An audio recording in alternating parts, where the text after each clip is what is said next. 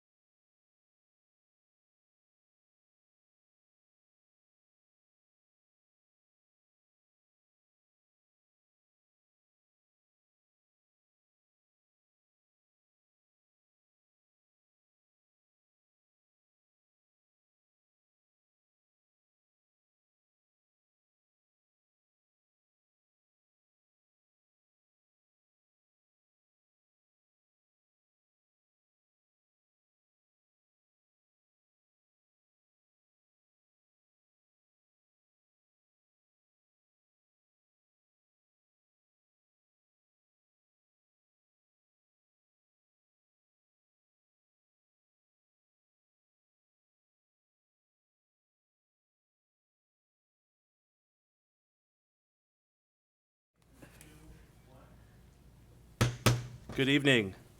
I'd like to welcome everyone that are in the room. I'd like to reopen the Monday, August 9th, 2021 Kent County Public Schools Board of Education meeting open session back to order. The first item on the agenda is reporting on the closed session.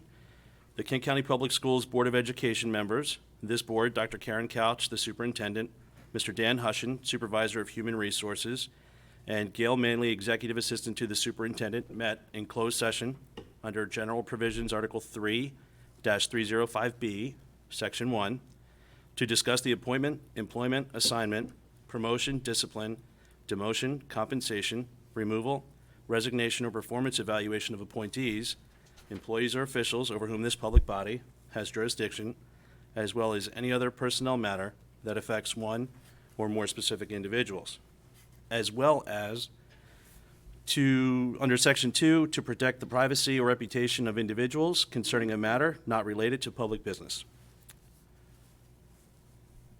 The session was for information and discussion purposes only. No action was taken. Personnel actions will be voted upon by this board at the end of the superintendent's report. Okay, the next item on the agenda is the Pledge of Allegiance. Mr. Buckle, could you lead us, please? I pledge allegiance To the flag of the United States of America and to the republic for which it stands, one nation, under God, indivisible, with liberty and justice for all. Thank you. The next item on the agenda is the approval of the minutes of July 12th, 2021 from the open session meeting. Do we have a motion to approve those minutes as presented? I move that we approve the minutes from the July 12th, 2021 open session meeting. We have a motion by Mr. Johnson. Do we have a second? I second. We have a second by Ms. Sullivan. Any comments or questions? Hearing none, we'll call for the vote. All those in favor? Aye. Aye. Opposed? Hearing none, the motion passes. The next item on the agenda is the approval of minutes from the July 22nd, 2021 board work session. Do we have a motion to approve those minutes? I move that we go ahead and approve the minutes from the July 22nd board work session. Mr. Johnson has the motion. Do we have a second? I second. We have a second by Ms. McGee. Any questions, comments? Hearing none, we'll call for the vote. All those in favor? Aye. Opposed? Hearing none, the motion passes. Okay.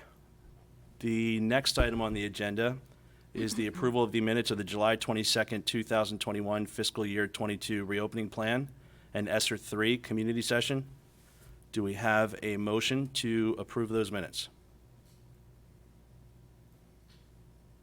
I motion that we approve the minutes. We have a motion by Ms. McGee. Do we have a second? Second. We have a second by Mr. Johnson. Any further comments, questions? Hearing none, we'll call for the vote. All those in favor? Aye. Aye. Opposed? Hearing none, the motion passes. Thank you. Okay, Dr. Couch, the superintendent's report, please. Okay, President Getz, members of the board, I wanted to note that Dr. Costa and I are going to be meeting with the Midshore Community Foundation to talk about KCPS Foundation on April the 16th. Excuse me, not April the 16th, on August the 16th.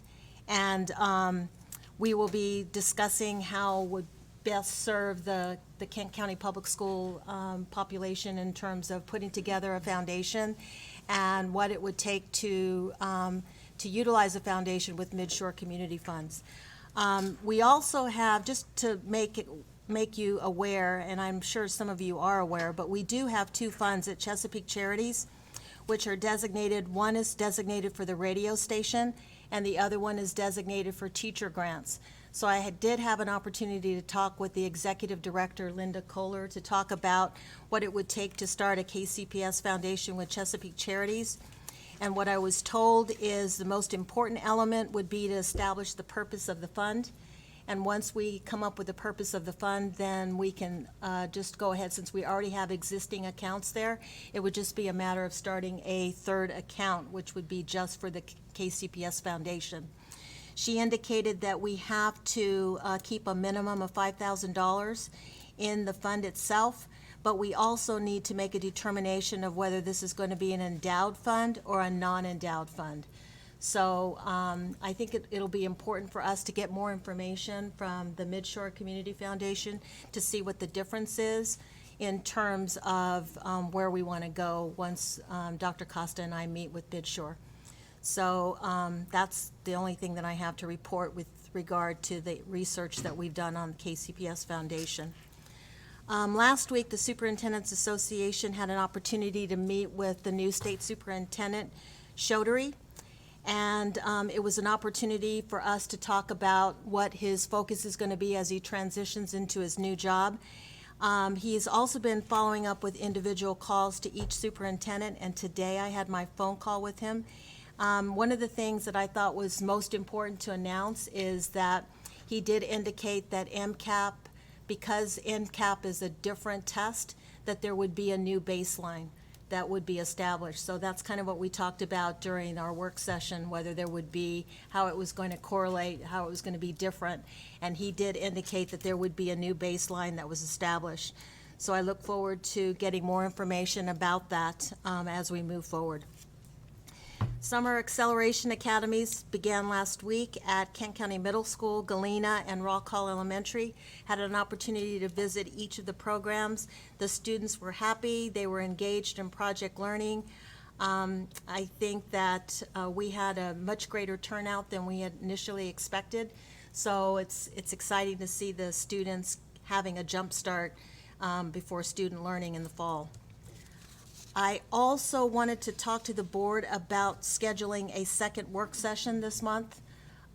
We would like to be able to present our strategic plan, our goals, and our measurable goals, measurable outcomes. And so I was looking at maybe would you check your calendars and see if we could meet on August the 23rd? That is the fourth Monday. The fifth Monday is the 30th, but I'm trying to stay away from the 30th because that's the first day of school for all of our staff. So I'm hoping the 23rd will work at 5:30. So we'll check on that as well. And then finally, before we adjourn, if we could, I don't expect you to tell me right this minute, but before we adjourn, I'd like to know if the 23rd will work. And then finally, just wanted to note that we're getting geared up to start the Kent County Middle School Educational Specifications Committee. The Specifications Committee is a committee that we have to put in place. The IAC requires that we do that. That's the Interagency Construction Committee. And they require that we have an Ed Specifications Committee put together before we come forward with asking a request for any renovation dollars or any new construction dollars. So if we were to build a new school or we were to renovate the existing school, we have to complete the educational specifications. And what does that committee do? They investigate national, regional trends in middle school design and renovations. They review our current middle school design to see what is lacking and what needs to be improved. We would schedule stakeholder engagement meetings to discuss the project and also to discuss a potential location for a new middle school if we decide to go down that road. I know that several of us had a conversation with commissioners, and that was the question that they asked us: where would you build a new school? And we told them we were going to have to go through this process before we could narrow that down. And then finally provide a final report to the Board of Education. So that concludes my report. Can I ask you some questions just about that committee? When do you think it would be finalized, and is that something that do we approve those committee members? Typically, you don't approve the committee members, but I will would we- bring them, I you will will bring know them who to they you. are at least? Yes. Okay. And what we would do is we would start sometime in October. And the committee would go on through the entire school year, because by the time we schedule the community engagement meetings, one of the things we would also be doing is visiting other middle schools, kind of like what we did with Galena. We went and visited some new construction so that we get some ideas about what we could do to improve Galena. That would be the same thing that we would do for the middle school. Well, at the end of their meetings, through the year, will they come to us to make a recommendation, or will they just come to share what they've gathered? Shared what we've gathered. Okay. This is a good segue into Galena. What's the status of the construction there? Status of construction is they're still not done. They're still working on the final punch list. We had the electrician there last week, which was positive in that we weren't seeing any movement in them having the ability to have the electrician there, because there are a number of final punch lists that have to do with the electrician. So the good news is the students and the staff are not going to be at Galena this week because they're all on field trips this week. At Echo Hill? So perfect time to work on the site, and I know the contractor said that they were gonna make use of that time. So, I believe, I feel strongly that we should be at a place where we can, have substantial completion, hopefully by next week, and, we're running out of time. So we anticipate completion before school opens? Substantial completion means it's 90% completed, and it's always those little punch list items that we'll have to kind of go through. It took us a while to get through with Rock Hall. Okay. But the major punch list items that we're concerned about have to do with the cafeteria and the kitchen. Are we prepared to talk about just scheduling that 5/23, or It'd be great if we could do August that. 23rd? Do you, I does can- everyone have access to their calendars? I can make it. Yeah, I can do. What time? Perfect. 5:30, 5:30? First day back. unless you want to start earlier than 5:30. Huh? That's my first day back. Okay, Classroom. 5:30 is, 5:30. okay. That's why you, I'm good, yeah. I am as well, so. if I'm we good wa- for the 5:30. 23rd. Yeah, so if we can, Perfect. we'll book it and we're good to go. I'm writing it in my calendar right now. Okay. Okay, is that the, That completes my report. excellent. Okay, the next item on the agenda is the renaming of KCHS Black Box Theater. Okay, I will go ahead and do that. We established a committee that, and some of the committee members are here, so I'd like to take an opportunity to introduce the ones that are here tonight. Let me see, hang on real quick. We have Karen Somerville. She's there, yay. John Schwarzweiser. Schratweiser. Schratweiser, okay. Keith Wharton, Leon Friesen, and Sue Matthews. Okay. So these are some of the members that were on the committee. We also have other members that could not make it. Leslie Raymond, Chris Hemstetter, Amy Boumier, Lori Armstrong, and of course Gina was part of that committee as well. We scheduled two community input meetings, one on July the 7th at Mainstay, and one on July the 14th at Kent County High School Auditorium. At both of those committee meetings or community input meetings, one name was brought forward, and that was Dr. Tom McHugh, was brought forward for consideration, all those that were in attendance, and the committee met after we completed all of the community input meetings, and they came to terms that unanimously, they recommended that we rename the theater in honor of Dr. Tom McHugh, and the recommendation is to name it the Tom McHugh Theater. So with that, as per the policy, I have to bring that back for your approval. We did follow all of the procedures that were required in the policy, and that we had an opportunity for community input. And so that's where we're at, and I would come forward with the recommendation for the approval.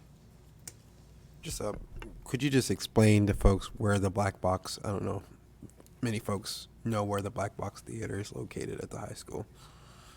Well, it's at the high school. It's actually the old drama room, I think, that used to be at the high school. And the beauty about the Black Box Theater is that it has undergone a great deal of renovation in the room itself, and it has an outside exit, so it's easy for people to park and actually come in for performances. So it can be utilized in a smaller performance situation. instead of using the large auditorium. So I think we talked about it in that it's really for more intimate type of performances that would be nice to plan and hopefully utilize some community involvement with the theater itself. So I don't know if any of the committee members would like to speak to the Black Box Theater, but I know that Mr. Wharton has been very much involved in helping with putting that together, and it is a really nice space.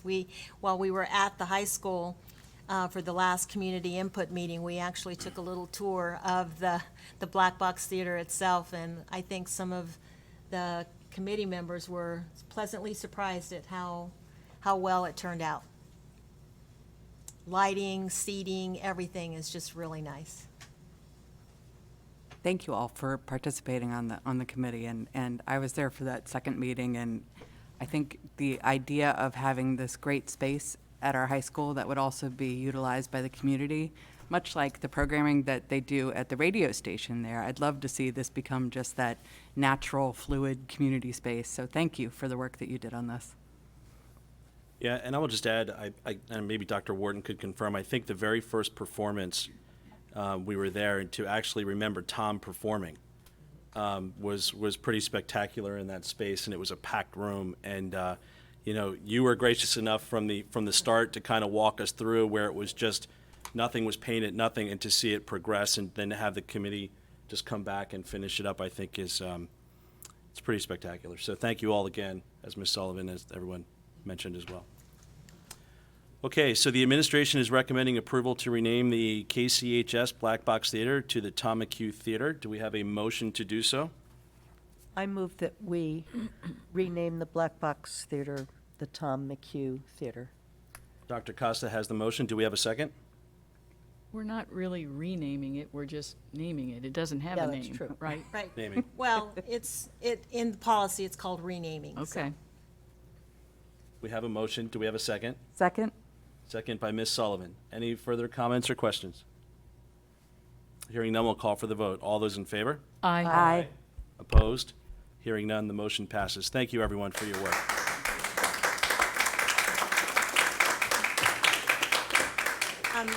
I did say that I knew that some of the committee members would be here, and I think a few of them did want to be able to speak, so I think maybe it might be appropriate during public participation, or unless you want to do it now, it's up to you. Please, now. Yeah, let's Now's go now. fine. Yeah. So if any of you would like to come up and speak, you can come to the podium. Come on, John, you're never You're not short shy. for words.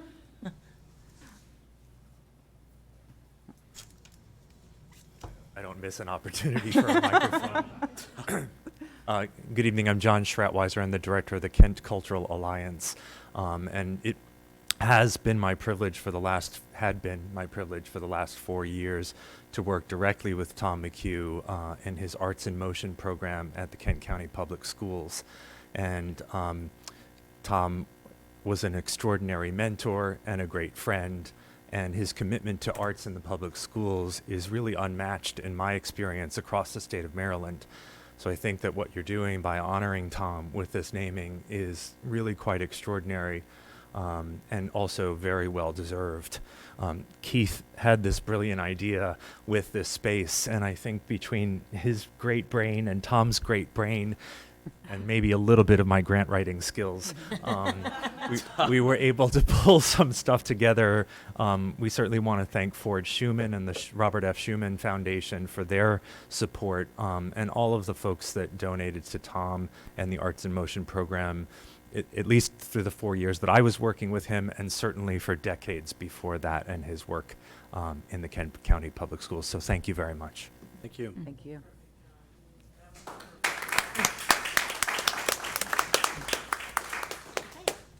Anybody else, or are we good? Okay. The next item on the agenda is personnel. Mr. Hutchin. Thank you, President Getz, Dr. Couch, board members. Each month, the board receives a report of stated personnel actions that is reviewed in closed session, and then we come out and we take a vote during the open session. The administration seeks approval of those stated personnel actions. Okay, as Mr. Hutchins stated, the administration is recommending approval of these stated personnel actions. Do we have a motion to do so? I move that we accept the administration's recommendations. We have a motion by Dr. Costa. Do we have a second? I second. We have a second by Ms. McGee. Any comments, questions?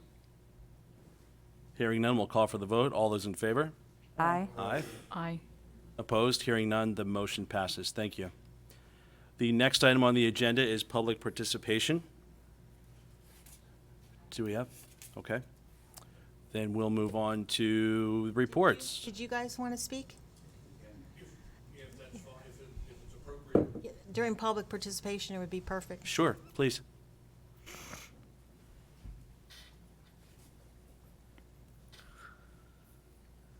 If you could just state your name for the record, we'd appreciate it. Thank you. Yes, I'm Bob Bresley, Town Manager of Rock Hall, and I want to thank President Getz and the board for letting us ask for a requisition of possible use of your Rock Hall Elementary School.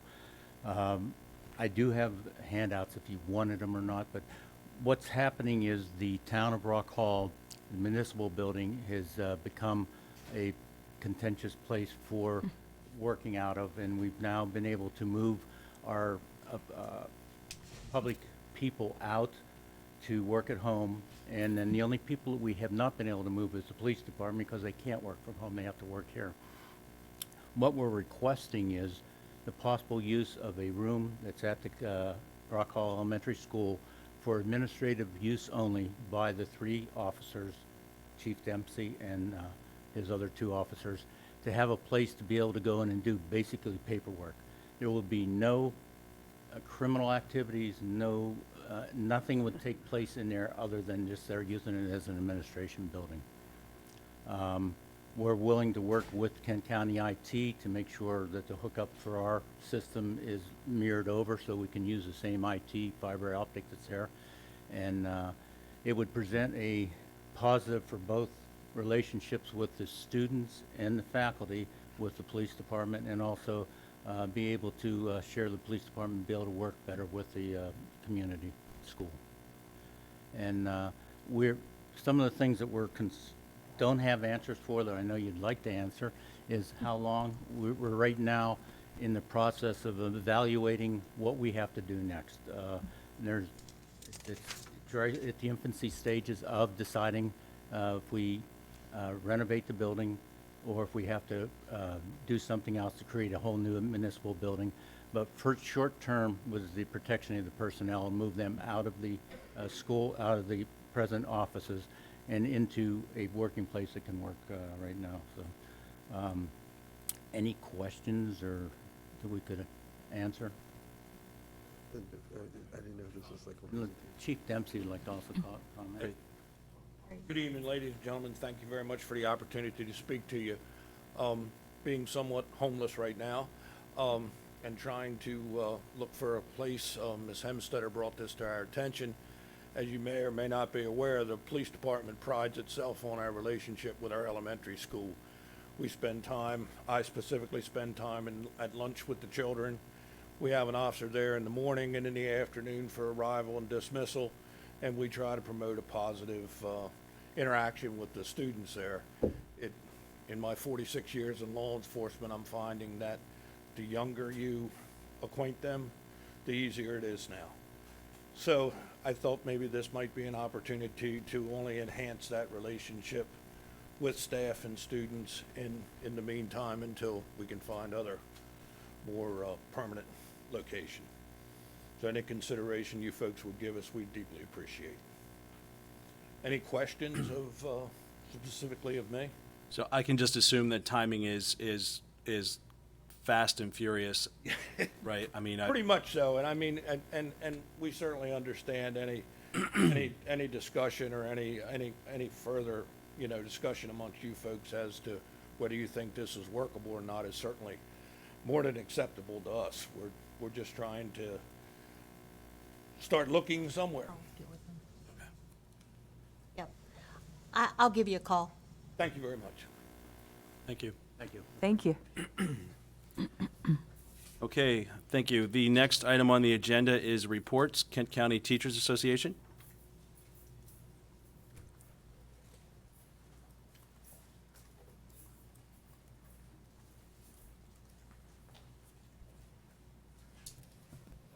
Good evening, Dr. Couch, President Getz, and members of the board. First, thank you for adding us back to the agenda. That was great to see. Thank you for coming. It is hard to believe that August is already here. It feels like we just said goodbye to last year's students. This summer, more than any before, felt needed after a year of such uncertainty in education. I'm hopeful that the teachers and support staff of KCPS have been able to take some time to rejuvenate and recover. It's exciting to know that we'll be going back to see our students face-to-face 5 days a week. I won't lie, I might miss Fridays a little bit. It was really nice to have that time to curriculum plan and things like that. Many teachers have already started planning their pacing guides, adjusting and writing curriculum on their own time, and buying supplies for their classrooms. I myself am definitely guilty of lingering in a school supply aisle or two in the last few weeks.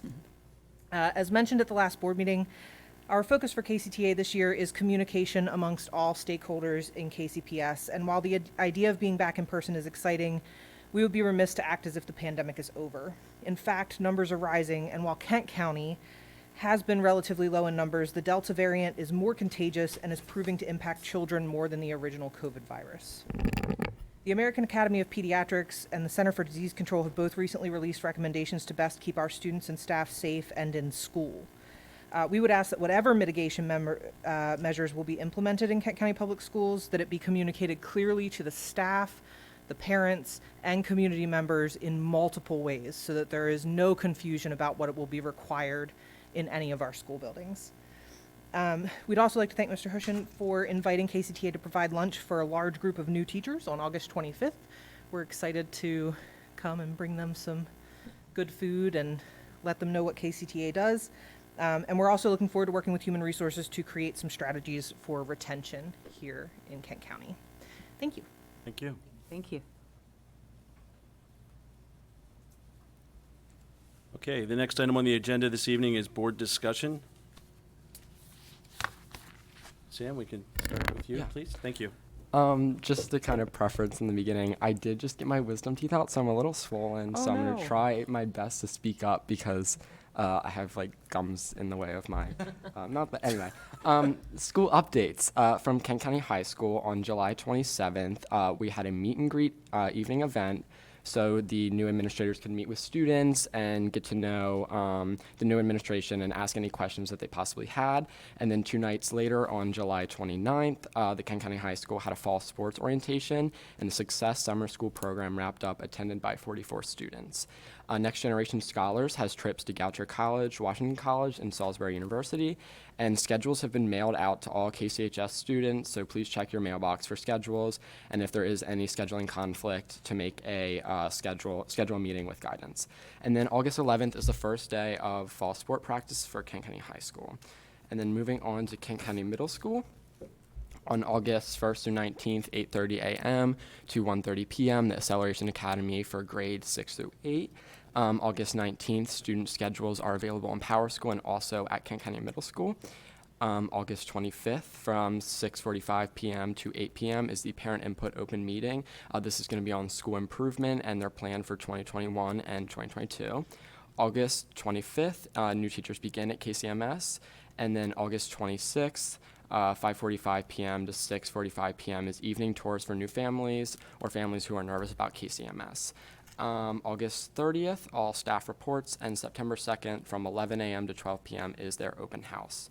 Moving on to Galena Elementary School, as we kind of discussed already, construction is ending with items on the punch list remaining. School renovations are beautiful, so please come by and see that. Galena is hosting the KCPS Acceleration Academy as well for the first 3 weeks in August. They are studying around the theme In Our Backyard. So students are collecting, examining, creating, building a variety of items, including that include bugs, bees, worms, mealworms, plants, and habitats for backyard critters. They will be on a field trip the second week of the 3 weeks, which I think is this week, going to Echo Hill, Turners Creek, and the Sultana. And then finally, Garnett, from August 2nd through 19th, is Cub Club, a summer program for students entering pre-K, kindergarten, and first grade, and that will be 8:30 a.m. to 1:30 p.m. September 2nd is the open house for Garnett, and that will be 1:30 p.m. to 3 p.m. Rock Hall Elementary School. July 26th, Rock Hall Elementary School had a successful Reading Express tour. The staff visited 46 children on the bus tour, stopping at 5 locations. They gave over 150 brand new books. On August 2nd through 19th, 8:30 a.m. to 1:30 p.m. is the KSBS Acceleration Academy at Rock Hall Elementary School. Sorry. You're fine. That is grades K through 5, and the theme is Under the Chesapeake. And the total enrollment for that is 74 students. And then also families at Rock Hall Elementary School have 5 opportunities to chat and provide input for school improvements with Ms. Hemstetter. There's going to be Zoom dates and then also face-to-face on the same day. Zoom dates being on August 17th, 10 to 11 a.m. And then face-to-face principal chat on August 17th is 1:30 to 2:30 p.m. And then on August 18th, the Zoom is going to be 4:30 to 5:30, and then 6 to 7 face-to-face. And then again on August 19th, face-to-face, 5:30 to 6:30. And then finally on September 2nd, from 1 to 3, is the Rock Hall Elementary School open house, and all families are invited. And then on to the more personal board discussion on some of the pieces that I would like to bring up. Again, just with House Bill 205, nothing really has to be implemented until October 1st of 2022, but again, House Bill 205 is the implementation and installation of menstrual hygiene products within Maryland Public Schools.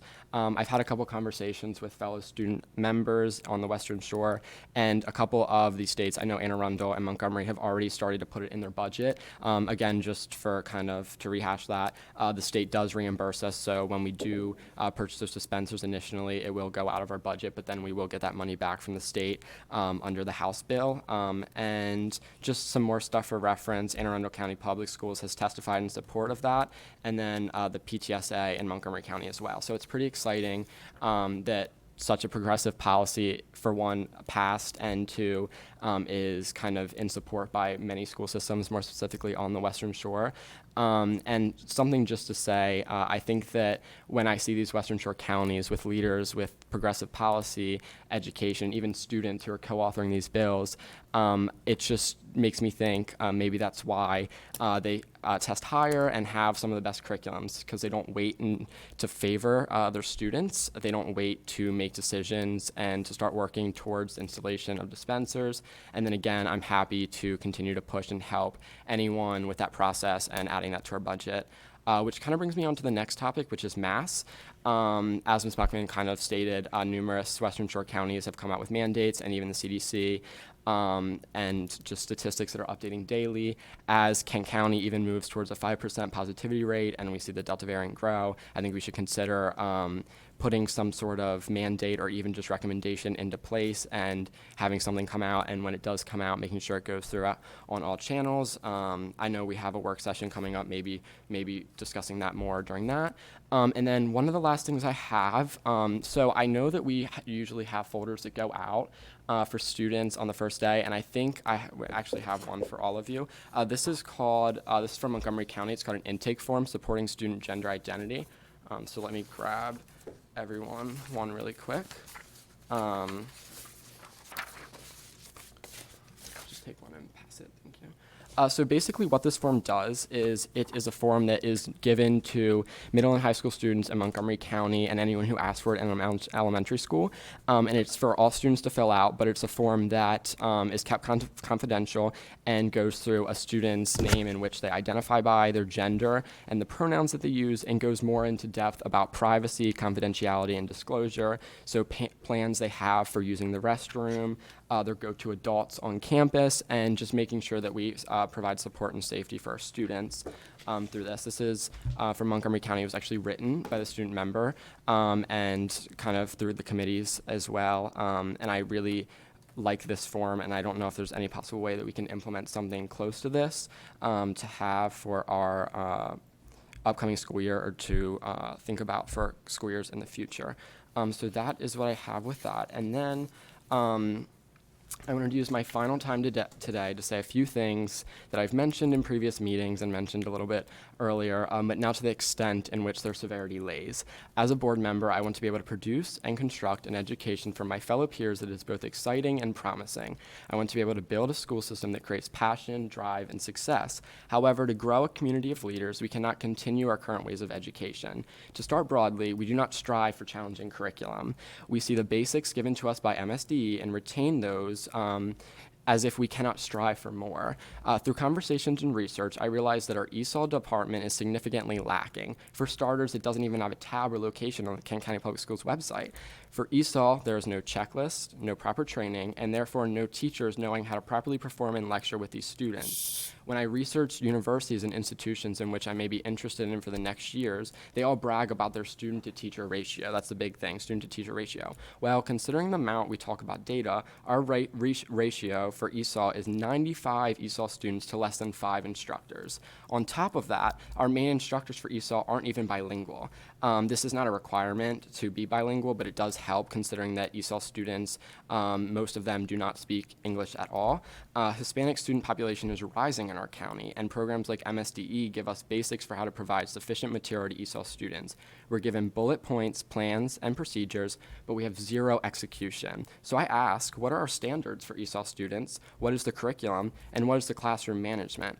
Furthermore, instead of exposing ESOL students to English and their fellow classmates, we pull them out of the classroom. ESOL students should be scattered and immersed with exposure to English. We should accommodate classroom discussion and collaborate with teachers. However, many in the department lack the initiative to work on this.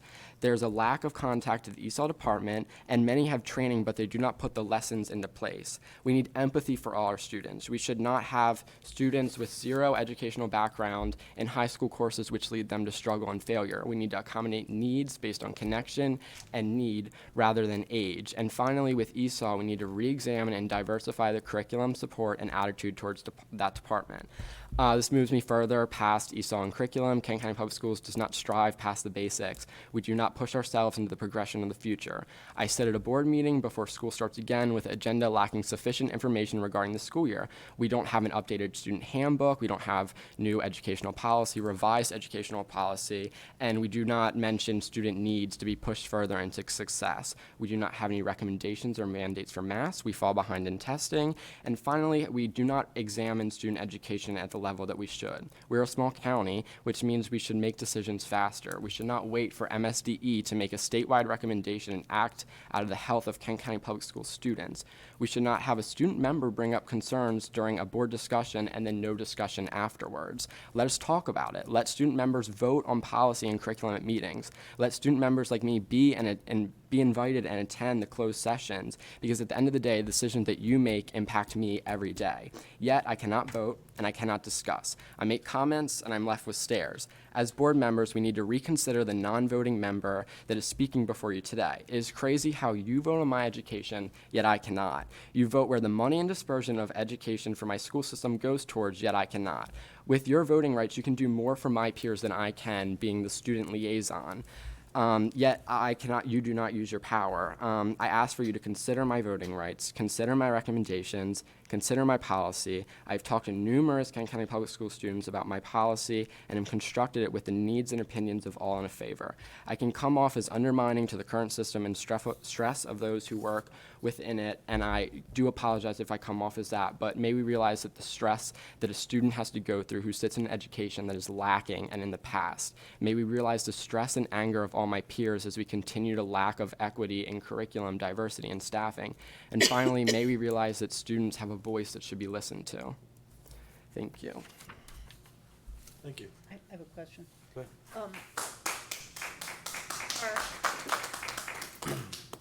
Usually, student board members put the schedules that you went through in writing so that, because, are you planning to do that either through The email? schedules. Yeah, like you told us what's going on Oh, at yeah, yeah, yeah. Galena and all these schools. I didn't write all those things down. Will you be giving us those? Yes, I can email it to you. Okay, thank you. Yes. Dr. Costa? Board discussion? Oh, I've been on vacation. Good for you. Ms. McGee? just want to respond to a comment that was made at the county commissioners meeting. I think it was July 20th. Commissioner, I thought, made a damaging statement about our school system.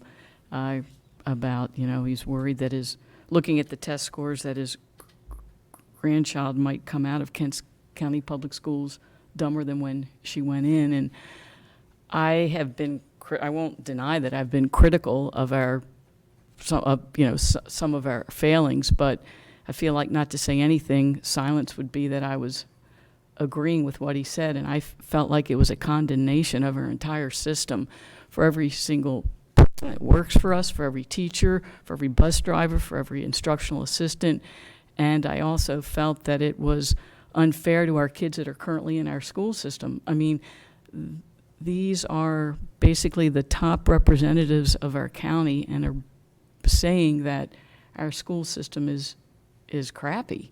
And if you're only going to judge us by our test scores, we certainly don't look very good. And obviously, we need to improve, and Sam has brought out some of the areas that we need to improve. But I want to go on the record that's saying that I support everybody who works for Kent County Public Schools. I'm proud to be on this board, and I support our students. Thank you. Ms. Sullivan. I have a couple things. I wanted to start off by thanking Mr. Poor for the work he's been doing on the website. We've been working on a list of updates and improvements, and I just wanted to point out some of the changes. It's a work in progress, so you'll have to bear with us while we keep struggling along. The directory is now on the main menu, and the past method for getting email addresses and phone numbers has been gotten rid of. So when you go and find a name on the directory, the email address pops up now and it's live and you can email directly. And it is currently being updated with the new and revised staff info. And in the header on each page now, there's a Google Translator that will convert the page, any text on the page, to any language that you want. So that's functional now. As well as links to the KCPS Facebook page and the YouTube channel that has the recent Kent County High School graduation highlights video, as well as the video archive for these meetings. And the master calendar has been updated, and each school has been working on updating their own section for the website. I wanted to add, we've been using, Kent County Public Schools uses a number of different platforms for communicating with parents and students. And along with the website, there's Board Docs, there's the mobile app, there's PowerSchool, and Schoology, just to name a few. And as a parent, I know that they can be confusing and it can be difficult to find information. So I've also been working with Mr. Poor on a series of short video tutorials to help navigate these platforms, and hope that we will be able to roll those out shortly, and they should be helpful to parents to be able to find things. Sam had a suggestion or asked about how to subscribe to the KCPS main calendar, so I worked up a new tutorial for that.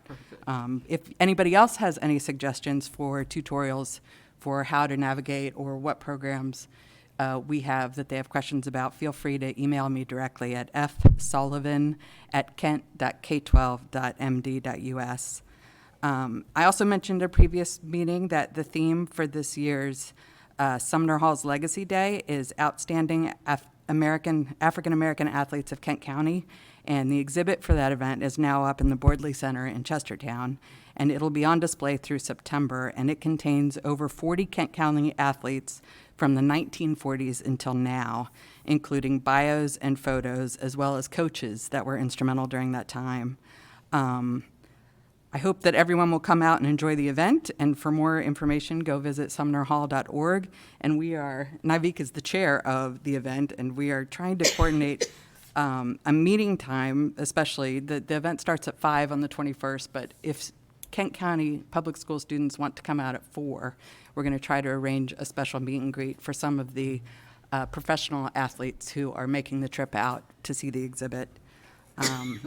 And I wanted to mention that tomorrow at 10 a.m., the SOS Facebook page is hosting a live discussion with Allie Carter, who's the lead organizer with Strong Schools Maryland, and they'll be discussing the recently passed Blueprint for Maryland's Future and how it will impact students in Maryland and locally. And Allie is going to share her experience working in a community school, which is a school which provides wraparound services for high poverty schools. And lastly, both of my kids have been attending the Acceleration Academies at Kent County Middle School and Galena, and every day I pick up my youngest daughter, and she, with a big grin, explains to me why today was the best day at camp.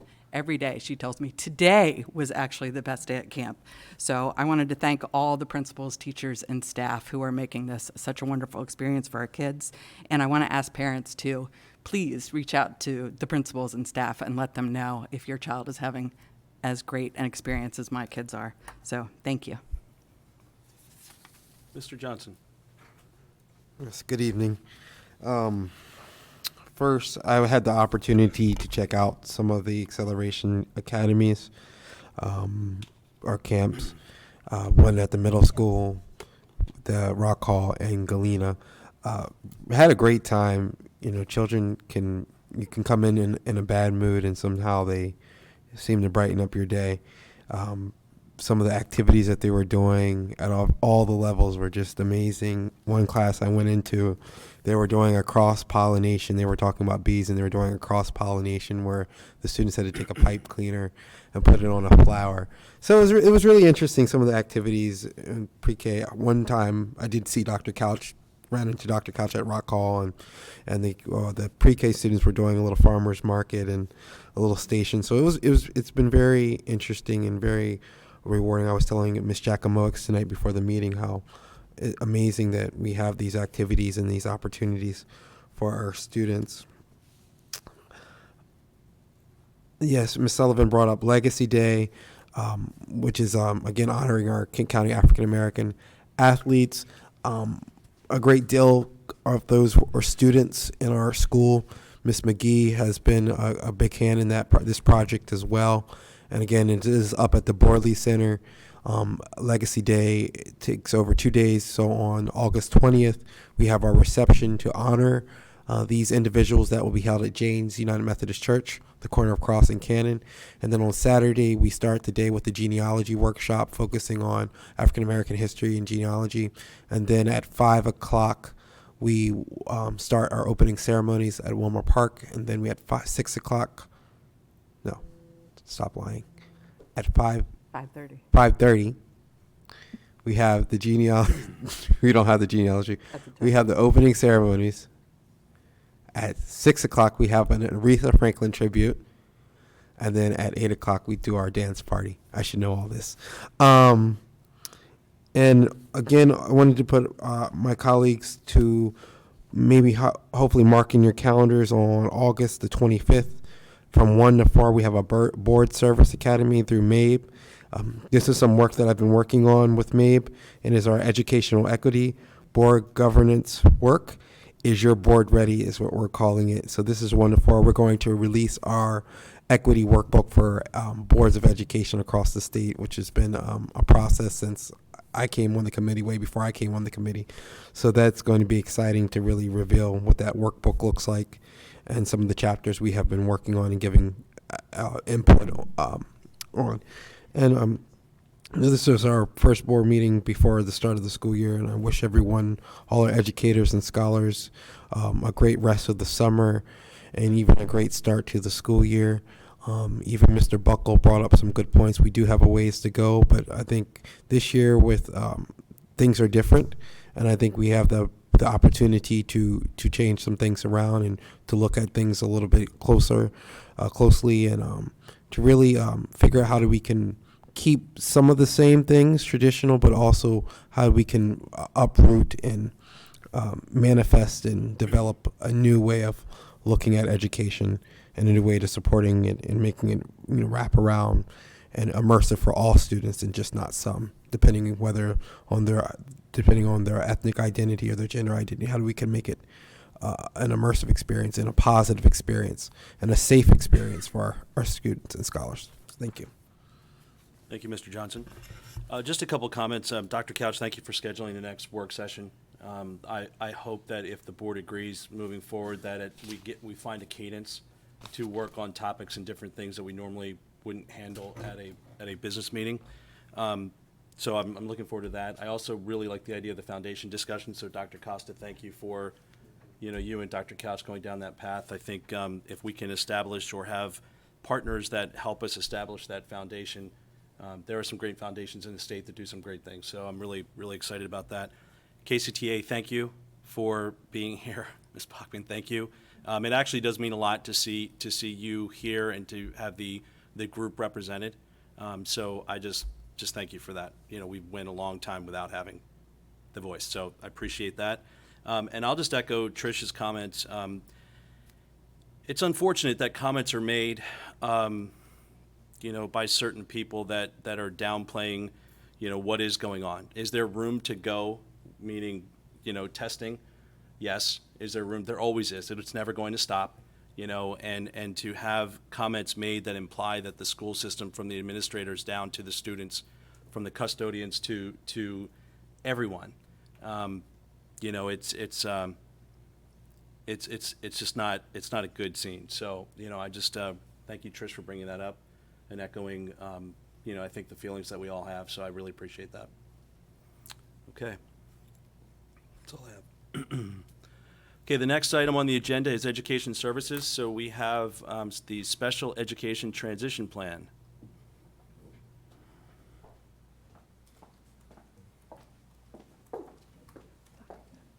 This is all the material here.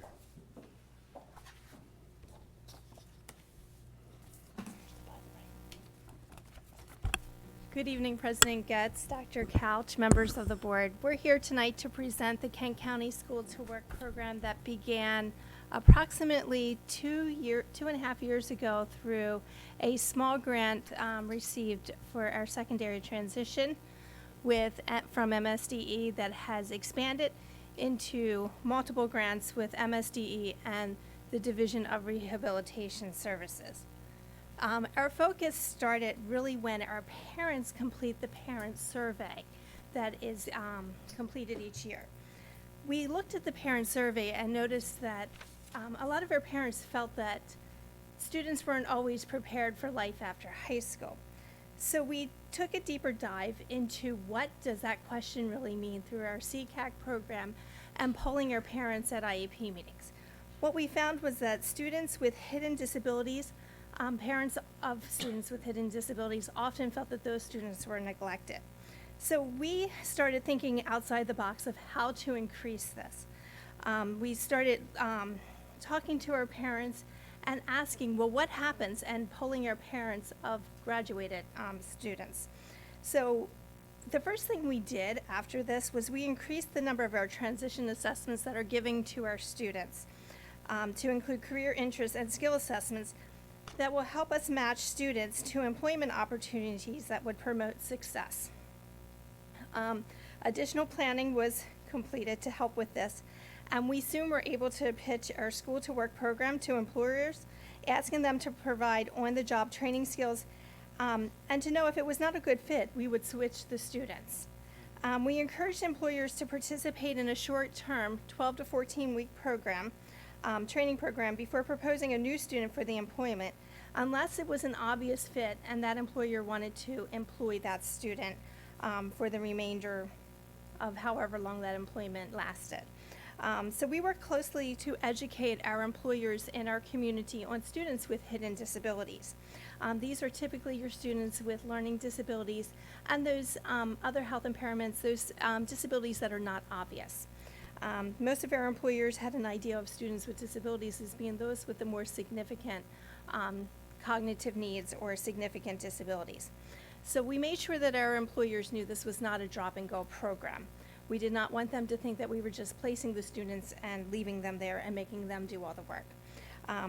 But we also included our families in every single step of the way. Our families played a huge role, and since Kent County is so rural, we wanted to make sure that our families knew that they weren't going to have to drive from Massey to Rock Hall to pick their child up. We placed students into employment opportunities as close as possible to their home, towns, or even in their neighborhoods. We matched our students with employers based on personalities, skills, interests, and employer needs. So we were able to really work with those employers to help build relationships, and we kept in touch with our employers each week, making sure that we were touching base and finding out what we needed to do to help with the employment skills of the students. We also provided job coaching. We sent people onto the job sites with these students to make sure that our students were developing those skills that they needed, which we were able to eventually fade throughout the employment where natural supports were provided within the business. But we did continue to follow up not only with the employer, but also with the student. Being able to teach our students advocacy skills and to talk to employers about their hidden disability. So after this whole process got involved, we were able to really see this trust between the employers and the school system, where they were able to open up and be honest and say, you know, little Johnny may need a little more help here. And we were able to go back and able to handle that in a really professional way to create that sustainable employment. So this really, what worked was our data was very driven to make sure that we had that true partnership. We were able to build those employer and student relationships, and we were able to really look at what our employers needed here in Kent County to match the employment opportunities. So what we did was we began with our pre-EDS program, which is pre-employment training skills, and we were able to really work on those soft skills that students lack, because whether they haven't been trained, whether their disability impacts some of those skills, we were able to create that meaningful employment and be able to help our students explore different career options and develop skills that will carry over to future careers, hopefully 20 years from now. This was not only a win for us, it was also a win for our employers, because we're now training students to help continue the employment and job development here in Kent County. And of course, what our data showed was what we did worked. So out of our students, with the focus primarily being on 12th and 11th grade students, making sure that they were employed, to this date, Mr. Buckle has polled every single student that was in part of our program. Over 50% are still employed as of today, whether they have graduated or whether they are still in our school system. So holding a job in high school is the #1 predictor of post-school success, and obviously we are leading the way for our community. So we're still under construction because we want to continue to improve this. So what we are doing now, we currently have 16 partnerships.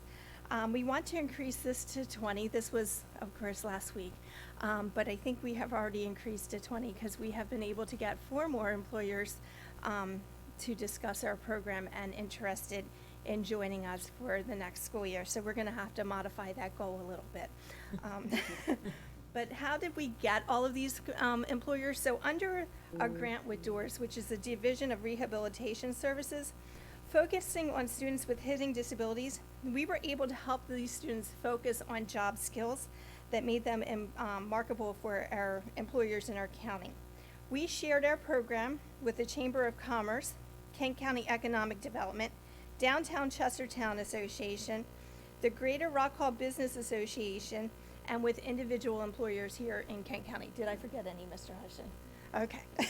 I'm always afraid I'm going to forget. We provided on-site job coaching and individual coaching on advocacy skills to our students while working with our employers to address what we were noticing in the work environment. Next year, we want to increase our employment, and we want to make sure that we increase the number of high school students who are in paid, meaningful employment. So according to NTAC, which is the National Center for Technical Assistance to Transition, paid work experiences is the most telling predictor of success after high school. So we also were able to marry a little bit of our work with what CTE does to enhance other opportunities for our students with disabilities. So CTE, and Mr. Buckle can talk more about this, has a virtual job shadowing software that is part of the CTE curriculum. And we are going to have all Kent County High School students enrolled in the software by September of 2021. So whether students with disabilities or without disabilities, because we have 600 seats, so that's everybody in our high school. We'll be able to follow a roadmap, beginning with the main focus on 9th grade class and our 10th grade CTE students. We've been able to expand this a little bit farther down to our 8th grade transition, because transition begins the year the child turns 14. So most times when that child is 13, we're already working on those transition skills. So in our 8th grade program, we're going to now use the digital portfolio to start talking about those work readiness skills that are needed. So we're excited to be able to fully implement this software this year in our school system. So this really became work that we started, but it became a true collaboration between CTE and secondary transition. So there are 4 different programs right now that we are able to offer to our students in the high school. So work-based learning is for all students. This is our juniors and seniors with appropriate credit counts. They participate in paid career opportunities through the school day. Students must apply and be approved for this school system, by the school system for this experience. The next one is the Weebles program. This is the work-based learning experiences for high school students with disabilities. So this begins at the age of 14 through 21. This focuses on the development of employment skills of students by giving local businesses to help students become more employable that we just talked about with the job coaching and the training. Our next one is internships for all students. Internships are unpaid work experiences that help students develop job skills to increase their employability after graduation. Students must apply and be approved by the school system for this experience also. I just wanted to go back and add the Weebles program. While the one work-based learning can happen during the school day, the Weebles program cannot. It must happen after school, where we send teachers, instructional assistants, and other job coaches on the job site with the students to help provide that job coaching. And then the last one is the apprenticeship, and this is for all students as well. This is a CTE pathway where students receive instructional and hands-on experiences with the goal of being employed by the host company after graduation. So students must apply and be approved for the school system for this experience. And I just wanted to show a quick video of a student's viewpoint, so you can hear his experience.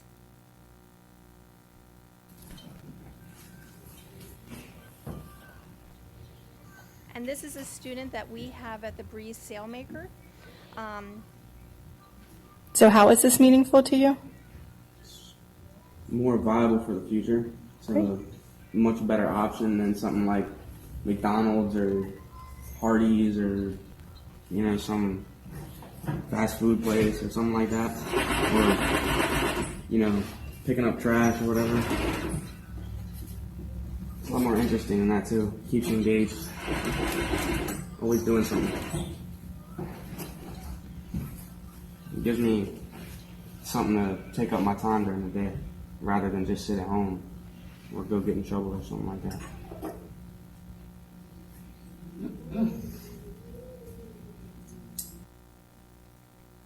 So as you can see, he basically was saying that this employment program helped him develop options that he did not think he would ever have. He has actually learned how to sew, and he is making the ropes for sailboats, and has repaired sails as well. So any questions?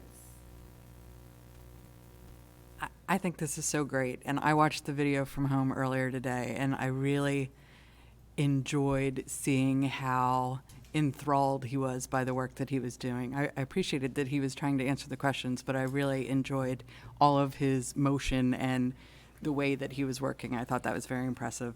Finding ways to employ our students, and even for our employers, finding ways to connect students with this area is so important, and this is so fantastic that we're doing this at our schools. Thank you. We have a lot of marinas in the county. Mm-hmm. Are you working with them? Yes. Do you want to talk about the new? Yeah. Thank Good evening. Yeah, we are working with the local marinas. I actually just spoke with 2 marinas last week that are looking for part-time help as they go into the fall. So they're really looking for more recent graduates, but there's an opportunity still there for our work-based learning students that could work during the day, you know, because fall pulling boats is time they need extra help and things like that. But yeah, I'm trying to pull together resources from CTE and from the Doors program, and a lot of the work that Mr. Hushin has kind of laid the groundwork for to really kind of put this together. And we have a lot of opportunities right here in Rock Hall. The American Bus Company has reached out, and I spoke with that owner last spring. So we'll be setting up probably a little bit of everything with them. Work-based learning, apprenticeship, hopefully maybe even some of the Weeble students as well. Great. And we gave everybody a flyer to kind of talk more about the work-based learning experience. It's nice. Yeah, just a comment. A graduate from last year, a friend of mine, his son, was involved in the program, and it was a savior, because I'm not certain that the road was going to be as bright for this child as it is, and you know, being able to hold the job and really kind of have that opportunity was a really good thing. So, you know, thank you to just continue this, and the look and the marketing aspect of it, just everything is just fresh and clean, and you know, thank you all for that. Some of the funniest quotes that the students have said to us when we asked them about, their experiences, one child held both of his hands up and he goes, "I have 2 proud blisters." Nice. And I was like, interesting. I don't know, I would be very proud of them, but he was very excited to finally get blisters from working outside. So That's great. that was exciting to hear. Anecdotally, I'll just say that when Mr. Hushin first rolled out this plan, I know a lot of our students were employed at Washington College. And so I met a student who was working in the food service there, and I was really pleased to see about a year later that she had transitioned from sort of a safe, supportive job coach environment, that she was working independently in a similar industry, but that she'd been able to get a paid job out in the larger Kent County community, and I was actually very proud for her. Any additional questions? No, thank you for all your Thank work. you. What's the goal? How many more employers are you going to look for? But we wanted to have 20 by the end of this year. That was our original goal, but we think we're already there, right? So now we're aiming for 25. Okay. That's So if great. we can get 5 more this school year, so that next summer we can build on a little bit further. That's great. And then, Like to run out of employers here in and then Kent how will County. we market it to the CTE students? So Mr. Buckle is going to work on that with the teachers, and when employers like the Marina came to us, we knew of a student that would be perfect for that, was not necessarily a special education student. Okay. But we were able to contact that child that had just graduated. So that's one great thing, is that we're keeping in touch with our graduates and making sure that they are still employed. Great. Thank you. One other thing we can do is that new virtual job shadowing software, which Mr. Hushin and myself actually implemented this last year, kind of jointly. But on that platform, we have the ability as administrators to post our own local job postings. Oh, that's cool. So all of the students will be able to access those. So our goal is that as we roll this out and we get students, That's the way to get attention. then they'll be able to actually look and see local postings as well as anything that's Yeah. on like the national level. You know, they linked all that as well, but So are you planning to roll this out to the teachers so that they're aware, the CTE teachers? I mean, what's the plan we overall? did last year with the CTE teachers. They got Okay. some training on it last year. They had Mr. Mr. Hushin, what was it, an hour or 2-hour session, something like that with the company. They provide us so much training.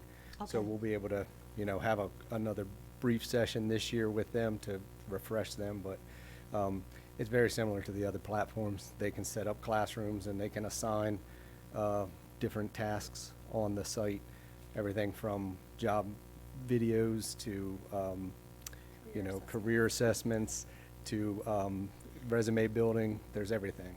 If I can just add, there's also a major college search component built into the platform too that will align students with their areas of interest to select majors of every college across the country. So, as that platform gets rolled out and our staff gets a little bit more comfortable with it, there are so many different, pathways to go down in it. And we were the first on the shore to get this. The other counties last spring were actually meeting with the company, all the CTE directors, and I chose not to go to the meeting since we already had it, but I told them it was a great program. So I think there's a lot of possibilities as we get farther along and progress. Great. Perfect. Great, thank Well, you. it's a perfect time to get our kids up to speed, or because everybody needs employees Yes. now. So, Great. The great thing now is that we don't have to sell our program, they're coming to us. So we may have more than 5 by the end of the year. Thank you. Thank you. Thank you very you. much. I'm next still. Oh, and you're Okay, next. yes, the Welcome next, back. the next item on the agenda is the Special Education Citizens Advisory Committee, CCAC. So I am here to present tonight a summary of our CCAC meetings that have happened during the 2020-2021 school year. All of our meetings this year or last year were held virtually. While our plan was to be back face-to-face, hopefully by spring, we were not able to be. But we had a lot of great findings from being virtual. So while our plan is to return for face-to-face in the fall. We are also exploring ways to keep it virtual.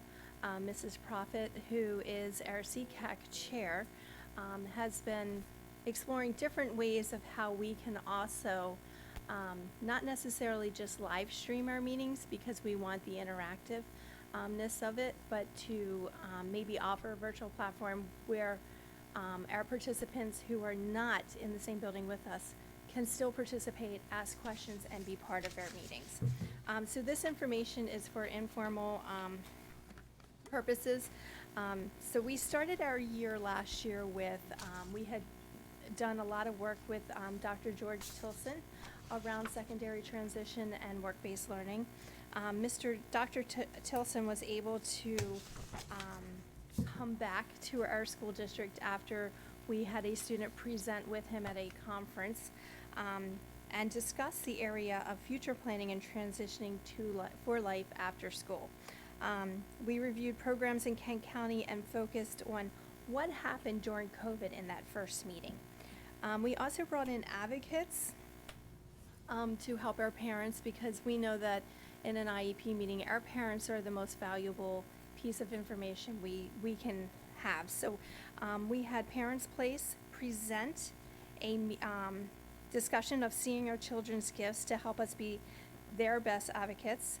And this really helped enhance the parents' ability to understand their child's disability and questions to ask at that IEP team meeting. Because we also look at what's happening after school. We had Marilyn Abel Achieving a Better Life Experience with Kelly Nelson. This was a way for families and students with disabilities to save money without jeopardizing state or federal benefits, such as Social Security income, Medicaid, waiver services, and other community-based waivers. December is always our favorite time because we have a sensitive holiday party with our families, and each year we grow and have more and more families. But this year we had to do it virtually. We were a little sad. We weren't sure how to do it. But actually we had the biggest turnout, and I think this was a huge hit with our families. So Santa was able to go visit each child outside of their home prior to the party and drop off a book, an activity, and a craft for the children to complete during the party. And then Santa showed up at our party. He read the story to the children and helped lead the craft with our family resource coordinators. So we ended the night singing songs while Santa got on his sleigh and went back to the North Pole. Our parents loved it, our children loved it, and when they were coming back to school, because most of our students were, at school at that point, every time they saw me, they were like, "You were on that video call with Santa," and I'm like, "Yes, we were." So I think that was our best meeting, just because of the kids' reactions. In January, we met and combined it with our Family Resource Center. How does the special education process work? This was Mrs. Martin's last meeting presentation before Mrs. Prophet took over as our new family service or family resource support center coordinator. Sorry, getting my words mixed up. And she helped our parents understand the process and timelines under IDEA. We also were able to host a night around parent concerns of bullying, harassment, and intimidation of students with disabilities. We had Project HEAL, which is a community-based program of the Maryland Center for Developmental Disabilities at Kennedy Krieger Institute, present, and they focus on types of bullying, understanding what is bullying versus harassment versus just disagreements between children. And the effects that bullying has on children, especially children with disabilities, and how to address bullying. We also had a night of navigating our special education world. It's a very scary situation for parents as they first enter, and they feel very alone. However, they're sitting around a table with many different professionals who often know a lot about special ed, and parents are sitting there feeling very insecure. But we always want to tell parents that if they ever feel that way, our Family's Resource Support Coordinator, Ms. Prophet, is always welcome to attend meetings with them to support them. So we had our own special education staff here at Kent County Public Schools present, and they shared their role of why they are included in the meetings and why some members are there for some meetings and some members are not there for some meetings. So that helped parents to better understand who is sitting around that table. In March, I believe it was, or April, I forget which month we're on now, I'm sorry. We had a virtual resource, community resource fair.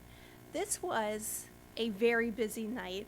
While we had tried to set up breakout rooms, that did not necessarily happen. And we had a couple parents just chat us and say, "Can we listen to everybody's presentation?"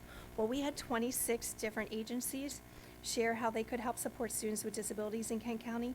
Our biggest takeaway was that certain agencies did not know about other agencies, and we received a lot of comments and information from these agencies of, "Thank you for doing this. We had no clue this other agency was in Kent County."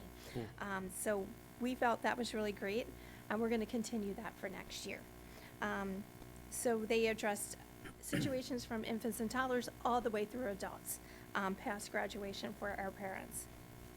And then in May, we had a summary of the school year. What has worked, what went well, what would you change?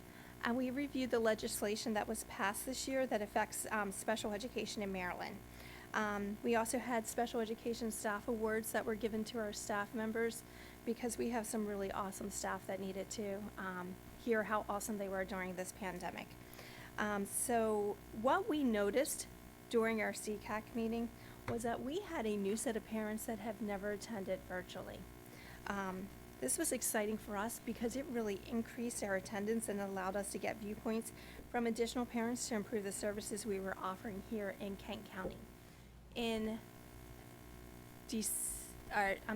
February, we started an infants and toddlers night where we focused on our babies and their families, helping them to understand what is the difference between an IFSP and an IEP, doing virtual field trips with our families that could not get out, and just helping our families with skills that they can do in their own homes each night with their children.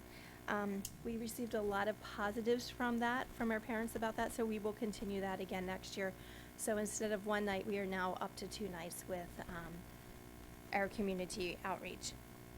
We were fortunate because Mr. Getz and/or Mr. Johnson attended every CCAC meeting, so we always had a representative from the board who were able to listen to parent concerns as well. And all of our presentations received high evaluation, and input is constantly being sought on areas of concerns for us to bring into future presentations. Mrs. Profit will put out surveys several times per year asking for input so that we make sure that we're addressing all the needs of our parents. So our first meeting for the school year 2021-2022 is Wednesday, September 22nd. We will begin at 5 o'clock at Kent County Middle School with a virtual option. From 5 to 5:30, we will have a meet and greet with the special education staff and myself, so that parents can come and, just talk about what's going on, or if they have questions that they don't want to ask in the public, they can meet with me privately to ask that. Our first meeting, and I'm drawing a blank, is on bullying, presented by Parents Place of Maryland. Just want to make sure I had that right. So that will be our first meeting on the 22nd of September. And our speaker will begin at exactly at 5:30. Any questions? Just a comment. As the months were going on and we were going virtual more and more and more, it really seemed like there were folks outside of Kent County as well that were joining the calls for the resources and getting some of that support coming in. You could really see the attendance rise and see folks.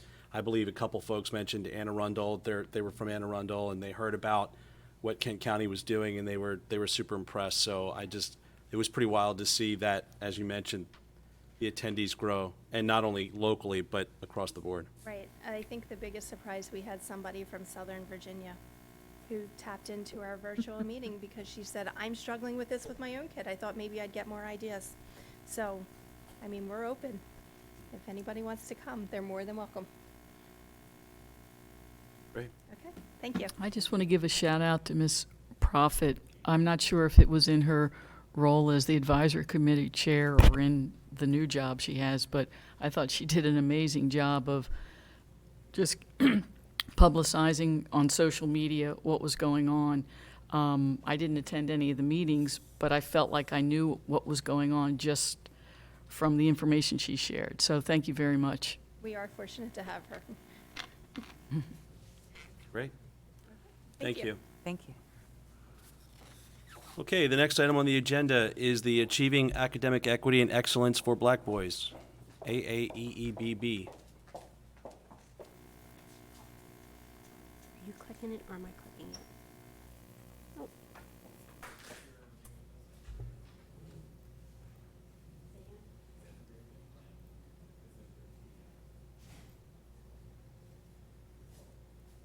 I'm not clicking it. I'm not doing anything. There we go.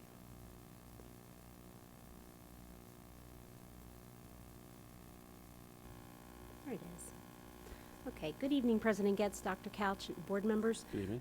Tonight, I am here to share with you a very exciting opportunity that Kent County High School will be able to take part in this next coming school year. And the program is called Achieving Academic Equity and Excellence for Black Boys.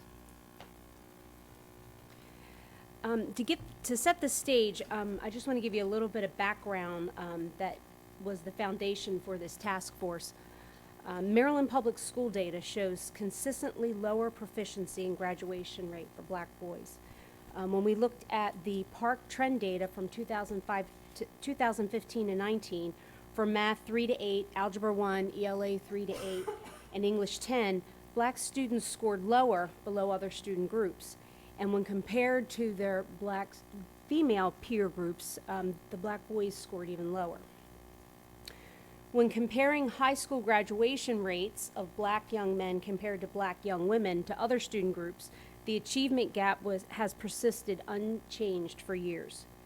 And the result is a generation of young black men who are at a disadvantage when attempting to compete academically and subsequently economically with their peers. Across Maryland, black students have triple the rate of suspensions and expulsions compared to the white students and other student groups.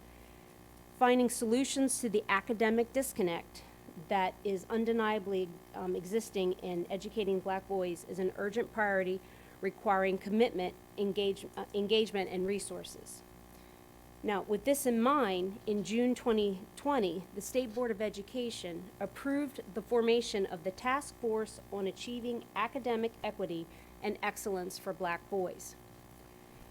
Guiding by the understanding that all students in Maryland should receive an education that is both equitable and excellent, the task force was charged to explore the impact that discipline policies have on black boys in the classroom and determine best practices, evaluate the availability and effectiveness of teacher preparation and professional development for culturally responsive teaching and cultural literacy as it pertains to black boys, identify opportunities to improve current curricula and instructional techniques, review current research and identify effective practices for education of boys of color inside and outside of Maryland, evaluate current hiring methods and identify obstacles to the recruitment and the retention of black male teachers, and to examine the reports of other MSDE task force and commissions to determine to what degree the recommendations have been successfully implemented.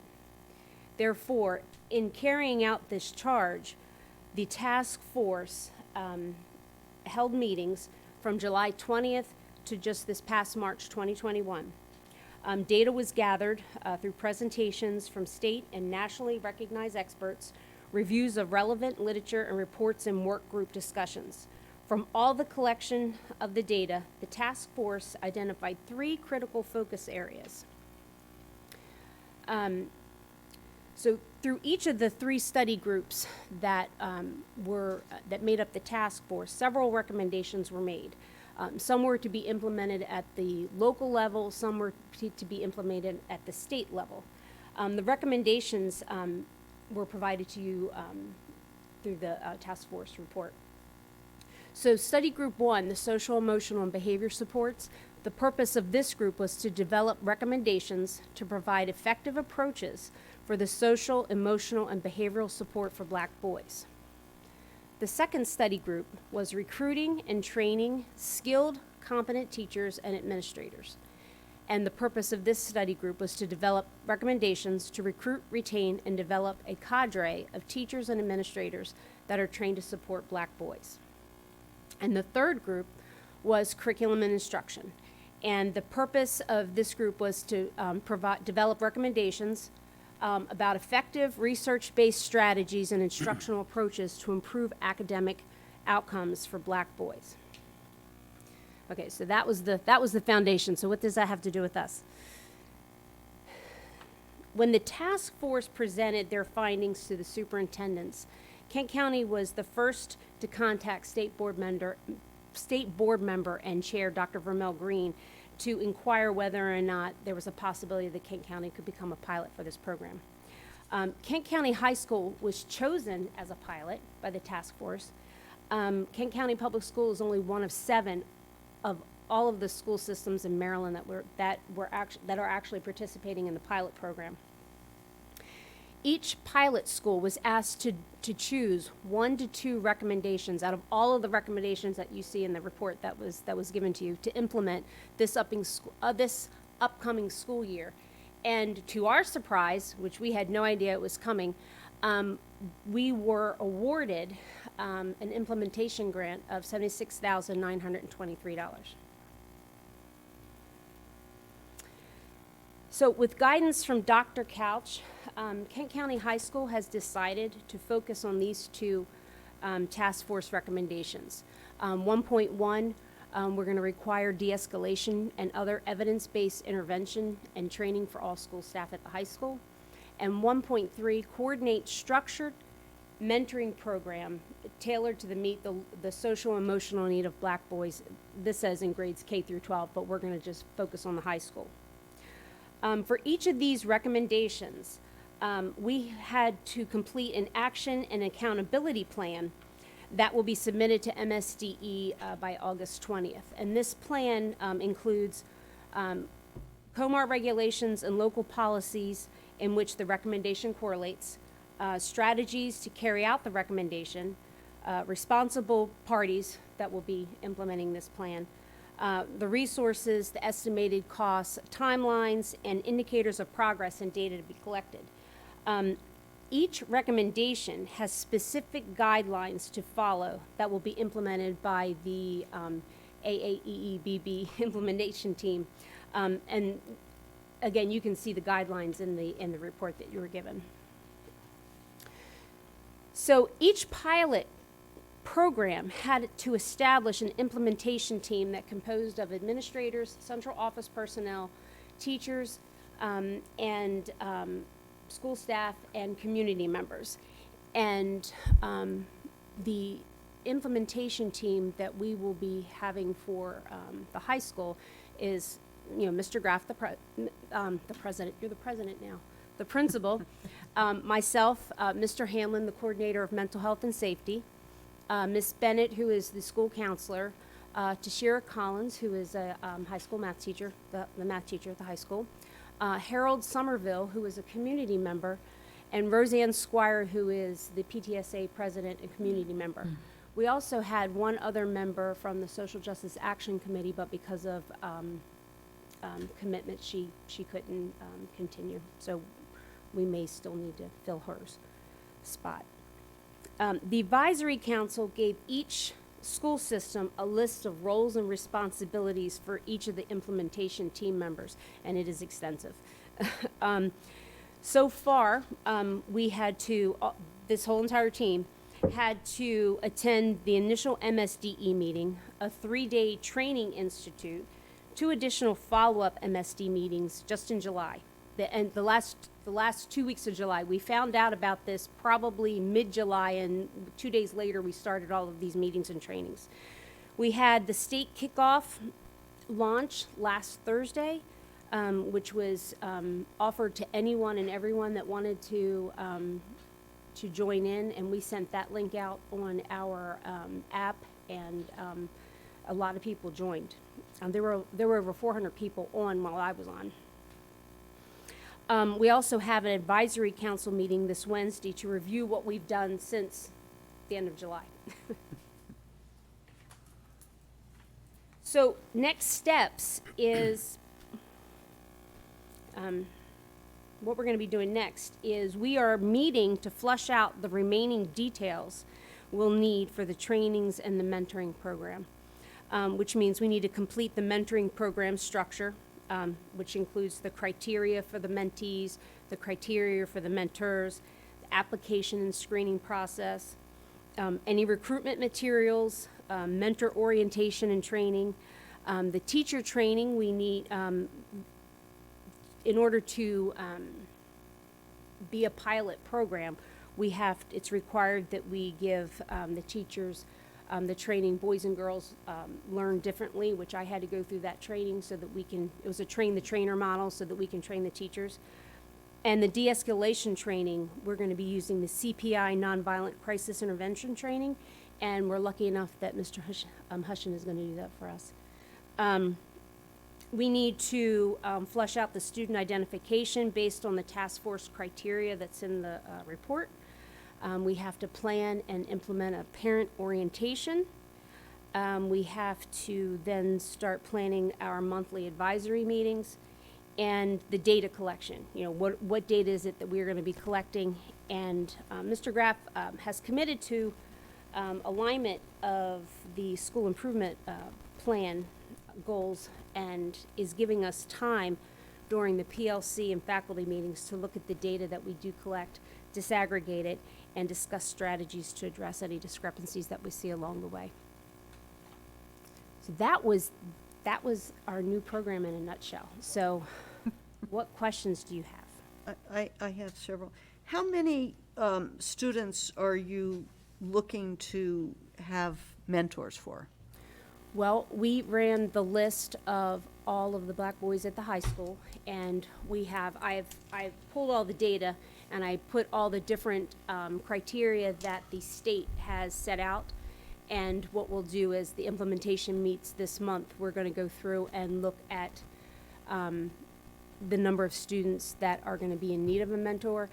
And we also have to take in consideration, are we going to have enough mentors to meet our needs that we have? You know, to me, I read this report very carefully, and I read so many things like this 25 years ago in graduate school, and with no changes. That to me, the most important statistic here is nationally, not Kent County. 12% of 8th grade black boys are proficient in reading. 12%. And then they talk about putting more kids into advanced placement courses. How can you be in an advanced placement course if you can't read? I just don't understand why we're not trying to deal with this problem, because it's just so important. Nobody should be in 8th grade and not be proficient in reading. And yet, the overwhelming majority of these black students, even females, are not close to being proficient. I think this is a good program, but we're going to spend $77,000, and I just wonder, without really dealing with this issue of just extreme underperformance in reading and in math at the early grades, I just don't know, how we fix that at the high school level. Well, it's a two-prong approach. I mean, you can't just say you're just focusing on one. We're saying that we're working with our high school students, and we believe that providing a mentor for our African American males is going to be a positive That's a good idea. Aspect for that. And whether we have a one-on-one or if we have one mentor for every 5 students, I mean, that's what we're going to have to work on. But we've got a lot of successful African American males in our community that I think would be wonderful mentors, and I think we need to reach out and bring them into the program and provide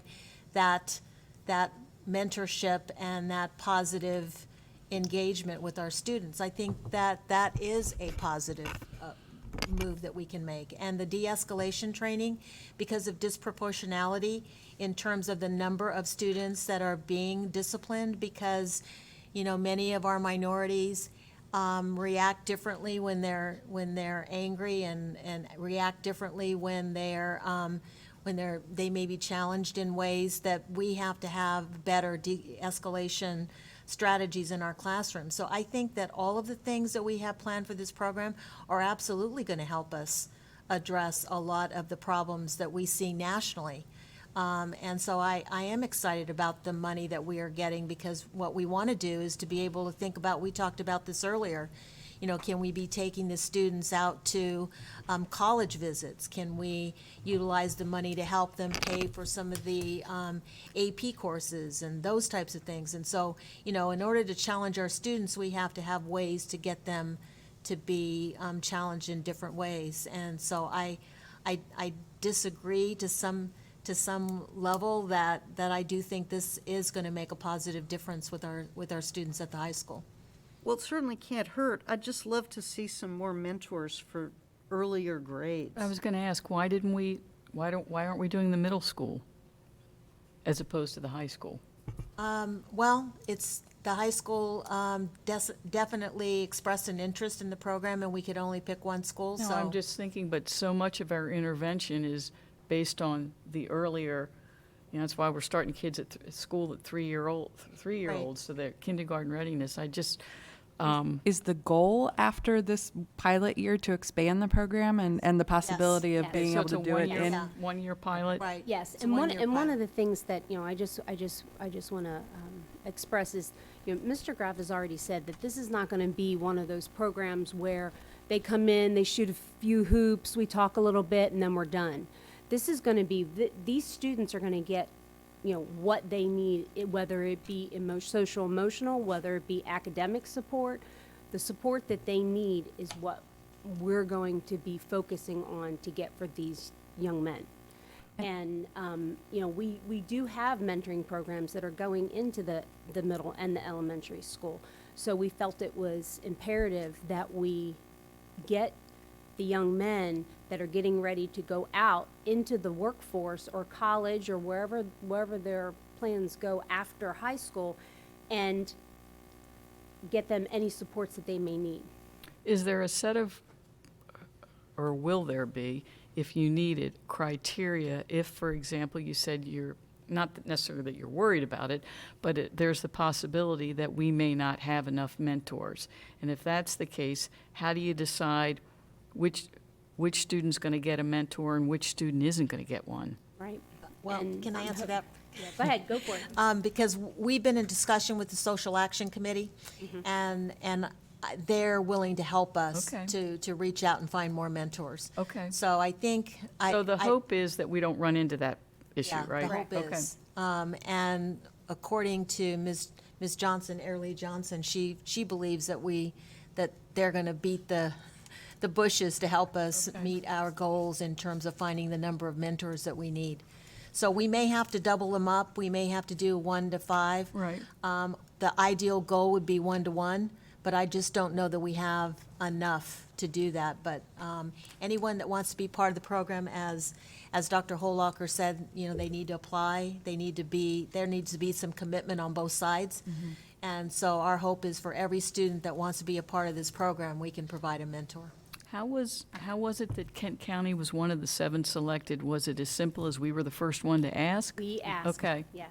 We asked. Okay. Is it possible also, since the teacher training is taking place in-house with in-house trainers, that we could expand at least that portion of the program to the Yes. teachers in the other schools? Yes, Okay. yes. Actually, that's part of the grant was that that's the plan, that we go. To all, okay, great. So a lot of what we're doing, you know, we are going to expand, but we're starting small so that we can be successful. So I just had a couple thoughts. I kind of agree with Dr. Costa. This is a topic that we have been really tackling with for many years, where we see our black boys scoring below. We see our black boys with more discipline issues. So I'm excited to see that we have, this program, and glad we were on top. I was really taken back by the choices, again, of the recommendations. Are we seeing high numbers of our black boys being disciplined in this school system? Is that what you're telling us? No, that's not what I said. That's not what I'm insinuating at all, to be honest Well, with you. I'm Yeah. yeah, I know that's not what you're insinuating, but it just sounds like, why that recommendation versus some other recommendation? I got the recommendation on mentoring, but I was kind of taken back to the recommendation on the de-escalation. Right. So, the discipline data, is that what we're seeing across the board? Do you remember I have to step one step backwards. You remember last year when we brought Hildebrand Pelzar, and he did the trainings county-wide? One of the overwhelming things that we saw in the evaluation were the teachers wanted more, and they wanted strategies in order to head off any problems based on any cultural differences they may not understand. That is why we chose the de-escalation training as a starting point to give those teachers what they asked for. Okay. As far as the discipline data, no. Actually, our data paints a different story as far as black males being disciplined more than any other student group. Okay. Honestly. Well, it just comes to me. Right. It comes off that way. That Right. We see that. The other thing, getting back to the mentoring thing, I've been mentoring several of our Kent County Public School students on my own. And one of the things, and I think this is to where Ms. McGee's point is that I'm really it's going to really interest me how you are planning to keep these students engaged with a mentor, especially at this age, because I have seen it several times where students start out with a mentor and they're like, F this, excuse my language, who is this person? I'm not going to listen to him. So I'd be interested in really seeing the critical way you're going to engage these students to. I mean, my brother's at the high school now, and there are times when I try to give him my little 50 facts of life, and I get one fact out, and he's like, okay, I'm done. So really trying to keep these students engaged in this program and what that looks like. I know you probably don't have it right now, but I just don't want this to become, you know, we have this is good, we have the implementation, but sometimes we get all this grant money and then things go by the wayside once the grant money's out. So I'm really hoping that the school system is going to, and I know this is part of our strategic plan, commit to this pandemic, this epidemic of black boys, especially falling below low. And it's just not achievement, it's opportunities as well. So I'm really excited to see this, but I hope, and I'm not saying it won't work, but I'm hoping that we can stay the course on this and really expand as the years come on. And I won't put him on the spot because he'll kill me. But Mr. Hanlon is part of our group, and he's had so many ideas that both Mr. Graff and I are both like, gosh, I hope we have enough days to fill in all the stuff that he's, and we can do this, and we can do this, and we can do this, and we can do this. So I'm very confident, and I'm very positive. But you know me, I'm always positive when it comes to stuff like that. But I am very positive that this is going to make a difference. And you also know me, I'll die trying. So. I've got another question. So we have several mentoring programs for black boys in our community now. What makes this stand out? And will there be an opportunity to incorporate some of the leaders? They may end up, I'm thinking like a Harold Somerville is what I'm thinking of. So He's part of the implementation team. It won't be, I'm hoping, not taking the place. No. Will there be some sort of collaboration or so that everybody kind of knows what's going on? Yes, and Okay. we will be leaning on those other groups because, like you said, they're already out in the community.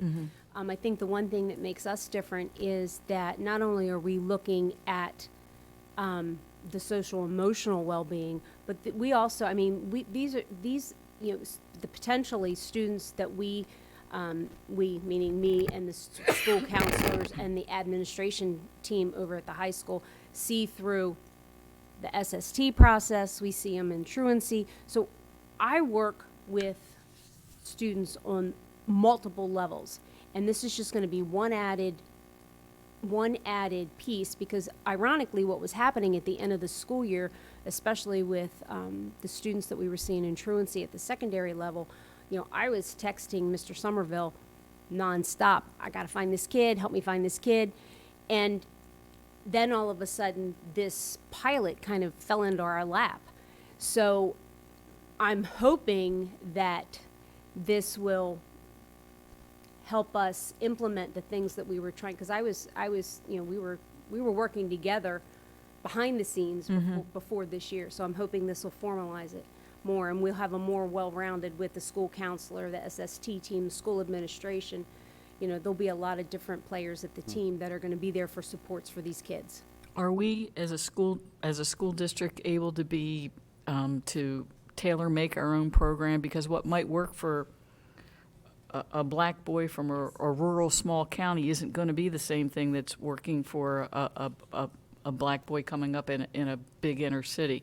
And I'm a little bit of what Mr. Johnson said. It sounds like we probably aren't going to have any problem getting the buy-in from the grown-ups in this. I'm just wondering how you're going to make it attractive and what's going to be the hook to get the boys involved. Right. And again, that's why I'm kind of wondering if we had started it earlier, it might have been easier.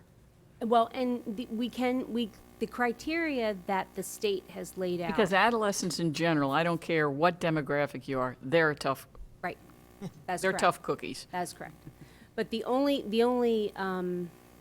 parameters or criteria that the state have put on us are basically the identification process. You know, we're looking at kids with academic needs, these are and/ors, not, you know, Okay. it's not checkbox, you have to have all of these.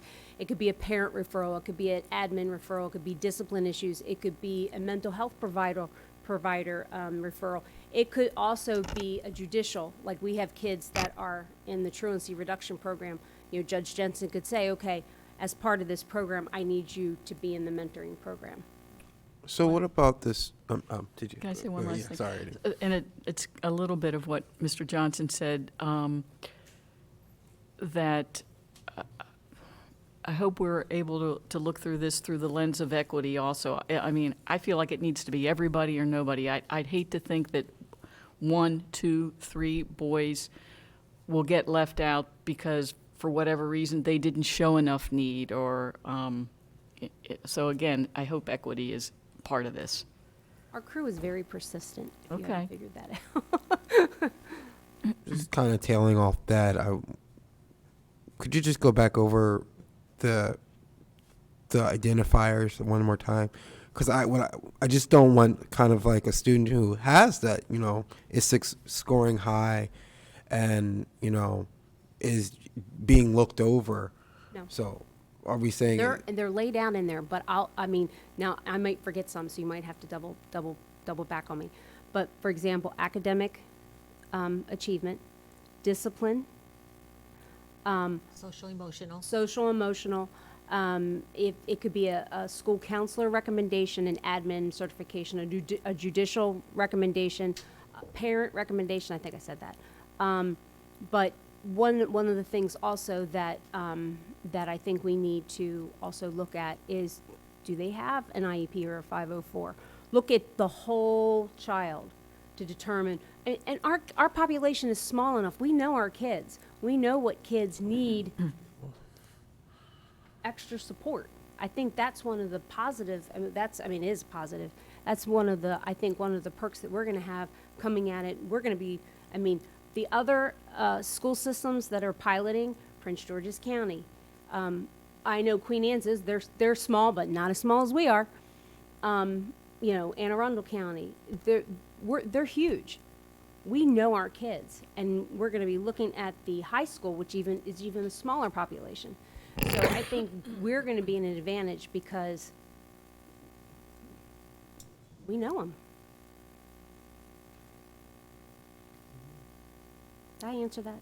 Yeah, you Okay, did. okay. Yeah, you did. That was one of my mentors back there from my childhood, Mr. Water, Walter. The Waters. Yeah. So. Maybe he wants to be involved. So, yeah. Thank you. Any additional questions? Thank Okay, you. thank you very much.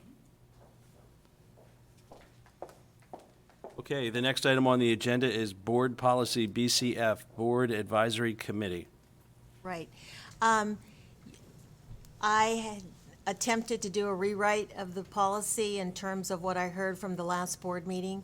One of the first things that I would propose is, if we adopt this policy, is to change the name of the policy from Board Advisory to Citizens Advisory Committee. You'll note that the first paragraph, the first 2 paragraphs, I actually took that from the first read that I brought. So that was just cut and pasted into this policy.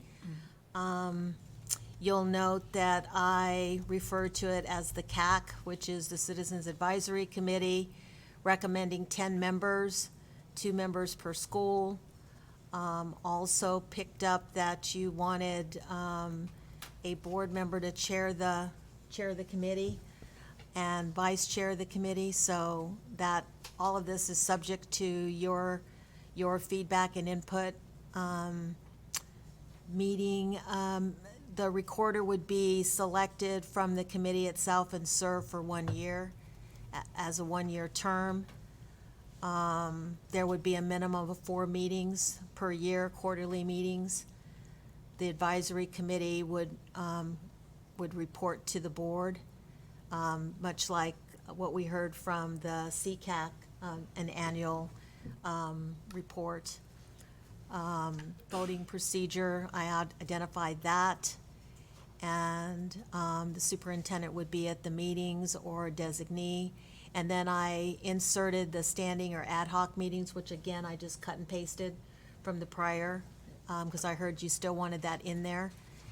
And so, that's what I've put so far, so open for further discussion or continue to rewrite or whatever you need me to do.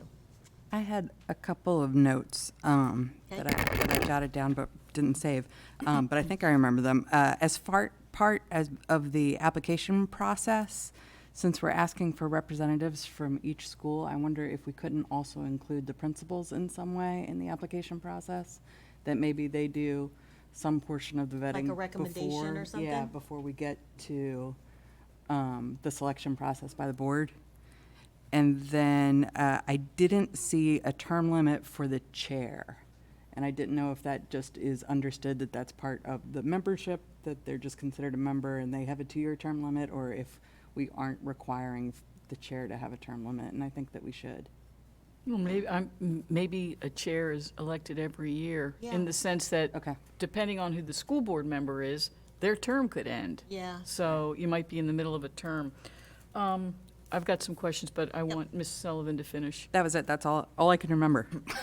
Okay, I got a couple things. So, 2 members per school, is that somebody internally from the school, like a teacher, or just somebody that okay. Well, and again, it would just be 2 members from the school, so it could be a community member, it could be a staff member, it could be a Okay. parent. But remember, they're gonna apply. Right, yeah. So you're gonna know Okay. that whoever you select is gonna represent each school, 2 Gotcha. people per school. Okay. So, the voting procedure, and you've got the board urges that we'll have a chair and a vice chair, are both school board members, right? So, are they voting members, or are they facilitators? They're facilitators, Okay. essentially. Up here on the committee vacancies, the unexpired term is a short period of time, or where other extenuating circumstances exist that preclude the advisability of such appointment. What does that mean? That was in the policy, so I just left it. No, but when you think about it, if you've got a vacancy, there shouldn't be under any circumstances, are there, that you wouldn't fill that vacancy? Right, right. So that, I left that there for discussion in Okay. terms of how you wanted me to revise that. I wasn't sure, based on our conversation, I wasn't sure what you wanted me to do with that portion of it.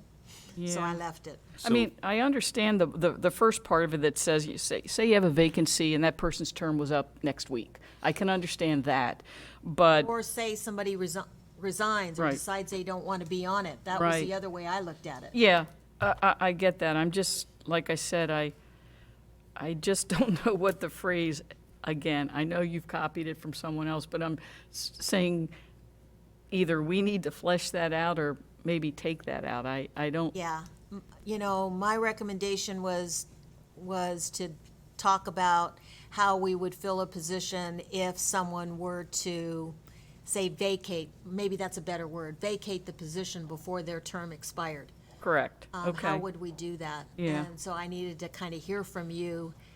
Would you then reopen applications and let them fill it that way? Would you appoint somebody to finish out that term? Would you take from existing, because you may in terms, let's say you only take 2 from each school and you might have 5 applications. Would you then draw from the Existing pool, Yeah, yeah. from the existing pool. I don't know. Yeah. I needed to hear from you how to make those changes. I have a question. I imagine these committees being pretty specific to a topic, not just general advisory committee. But why would you have to have all these schools represented? Suppose you have a committee that has something to do with the high school.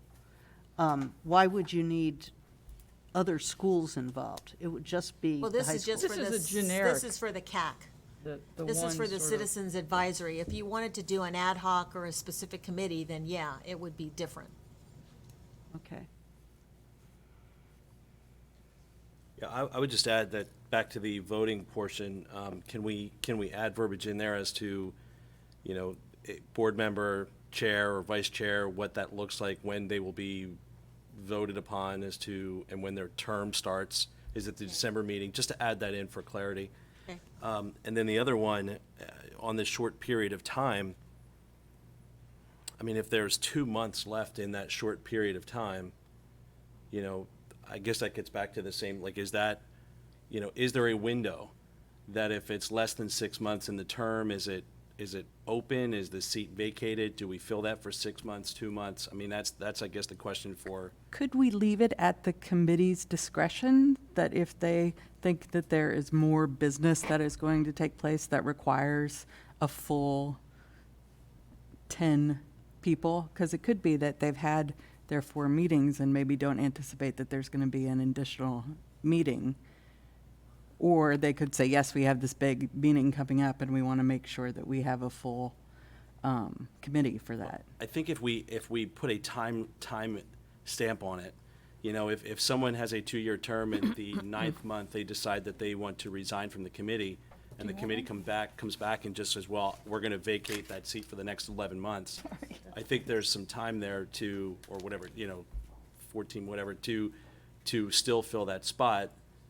Basically asking the committee to put someone on there or to fill that spot rather than leave it open because it's deemed, you know, I mean, we want to get input, right? So that's just my thought. I mean, All right, so just based on what you said, let me try to massage it a little bit and see what I can come up with.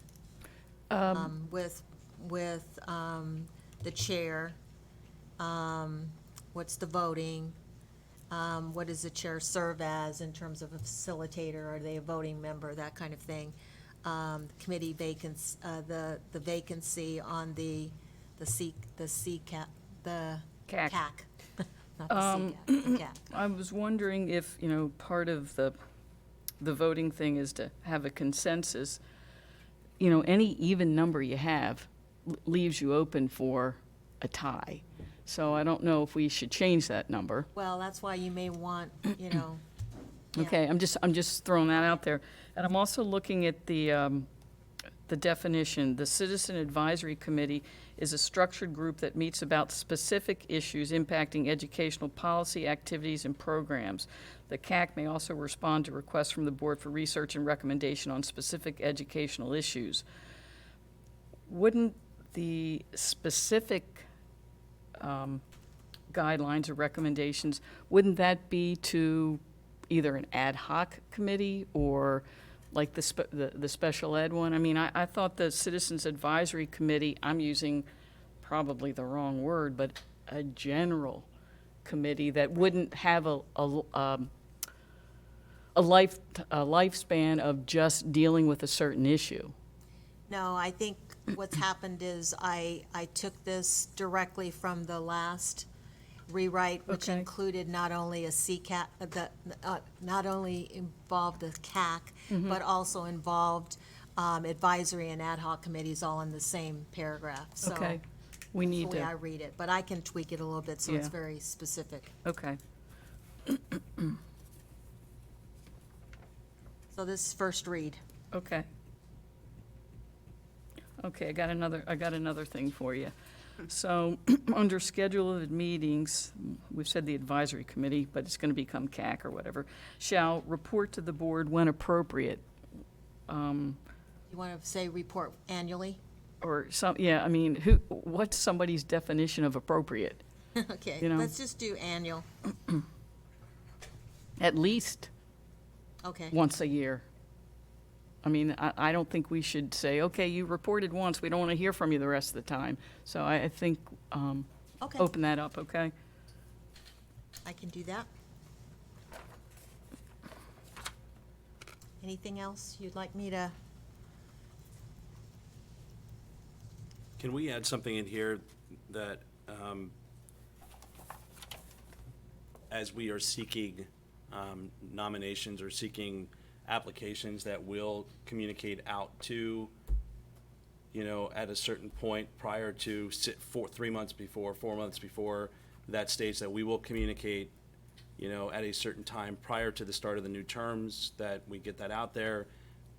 Applications will be open, or process will be open for, I don't know, 45 days, 30 days, whatever that is, and then review, you know, will happen, and maybe we can align it so that it can go through review, and that we're not literally the day before the start of the term, they're, oh, by the way, you've been, you've been put on this committee, just to kind of give a timeline. Right, now, we can do that through procedure, so you don't bog down a policy. A lot of that could be, with accompanying procedure in terms of all the details. So I may just come up with an attachment, which is the procedure in terms of how would we implement the application process. Yeah, I just think if we have that timeline laid out, there's no, it's pretty clear, as to Okay. what that looks like. Under composition, back again on the numbers, I don't know that we should limit the membership to someone who's representative of a school. What if there's somebody who's interested in being on the Citizens Advisory Commission and has no connection with any of the schools, doesn't have a kid in the school, isn't related to a teacher, but wants to be a part of that? From this very kind of narrow criteria, they couldn't be selected. Well, they could be a community member that's involved with the school. They wouldn't necessarily have to be a teacher or a Okay, parent.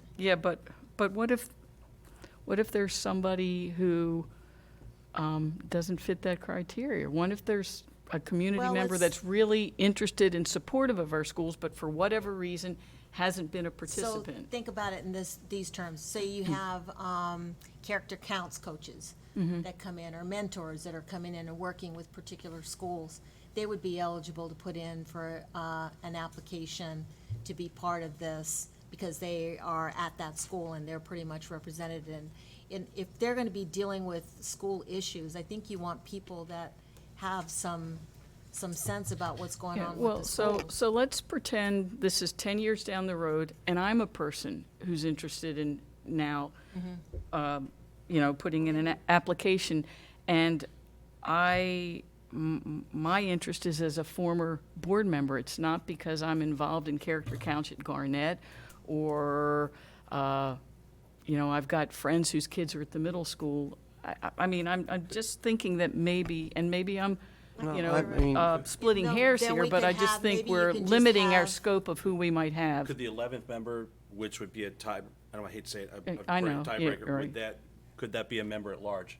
Yeah, that's probably what I'm And looking just for have more than have that. a community member at large, Yes. 11th person, done. Right. And also, I think in the case of committees that have to do with high school issues, there should be a place for a student to be on the committee. I have no problem with putting a Maybe student our on there. student board members should be on a high school, Well, I think we should open it up to allow any student who would want to be interested in to apply, just like anybody else. So now we're back to 12, so now we got an even number again. Well, maybe have two community members at large. I know at the same time, we don't want 75 people on the committee. we But, don't. but I'm just saying, again, if moving forward, one of our sort of commitments is to be more responsive, more open, more communicative with the community, I think we have to be open to hearing from a few more fine. people. Okay. So I will add 2 community members at large, and then 1 student. Okay, that gives us a good, even, Now we're at uneven, 13. lucky 13. Now we're yeah. unlucky 13. Well, or lucky 13. Okay. I was just going to echo the point Ms. McGee was making. I think it's one thing to say, if the community didn't have a vested interest, we wouldn't be sitting up here, because we are the community's we're that bridge between the school system and the community. So I do think that we do need that representation. So I'm glad we have some kind of, but I do think it's.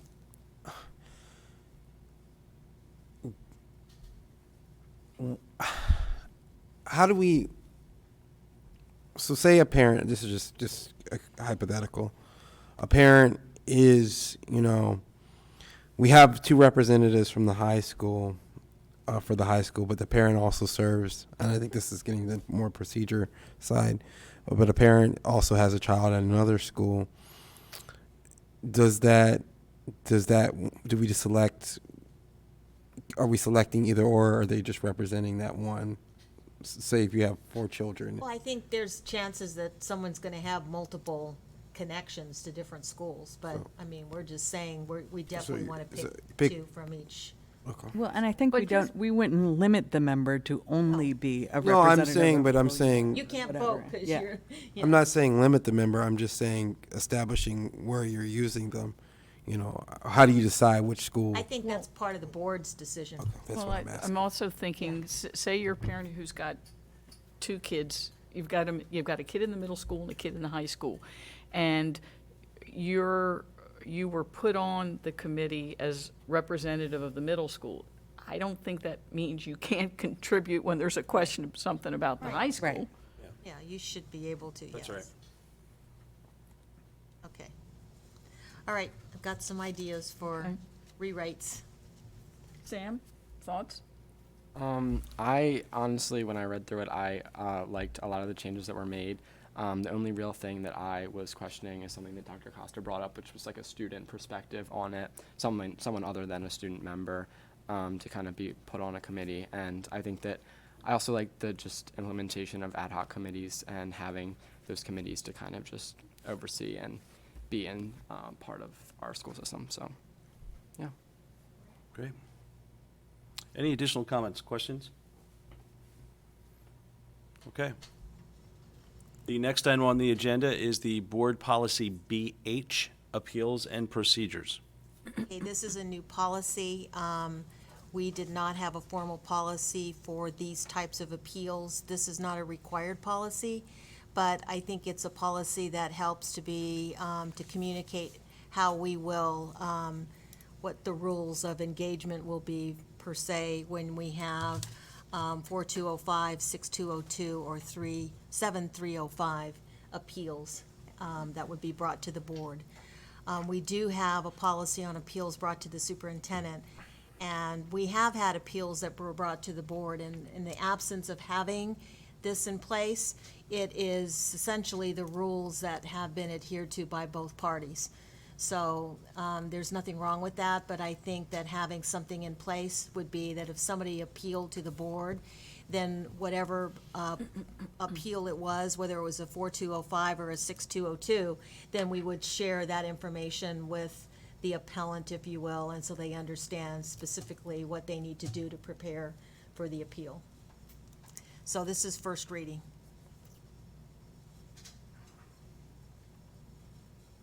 Okay, so I've got a question for you. I've struggled. I'm not tech savvy, and anybody who knows me will support me in that declaration.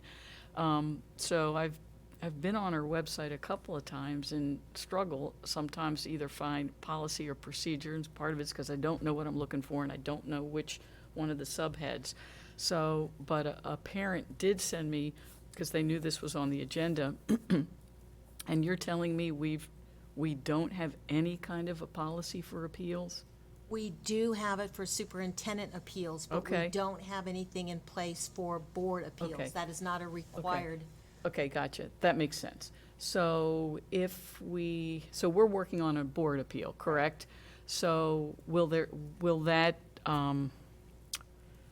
erase any other appeals, or will there still be appeals to the superintendent? And so what we're doing is. Adding two, Gotcha, okay. adding two. 4205 are for appeals as it refers to legislation or policymaking functions. 6202 is for staff appeals to the board, and a 7305 are student suspension. Okay. Could you describe a bit more about how appeals have been handled in the past, or if appeals have been brought up in the past, since we Well, didn't have? if it's been an appeal that has gone to the board, then as I stated, both parties agreed to the procedures, which are basically standard procedures. 20 days to submit the appeal, 20 days to respond from the other side. And so there's a back and forth, and then scheduling of the appeal before the board.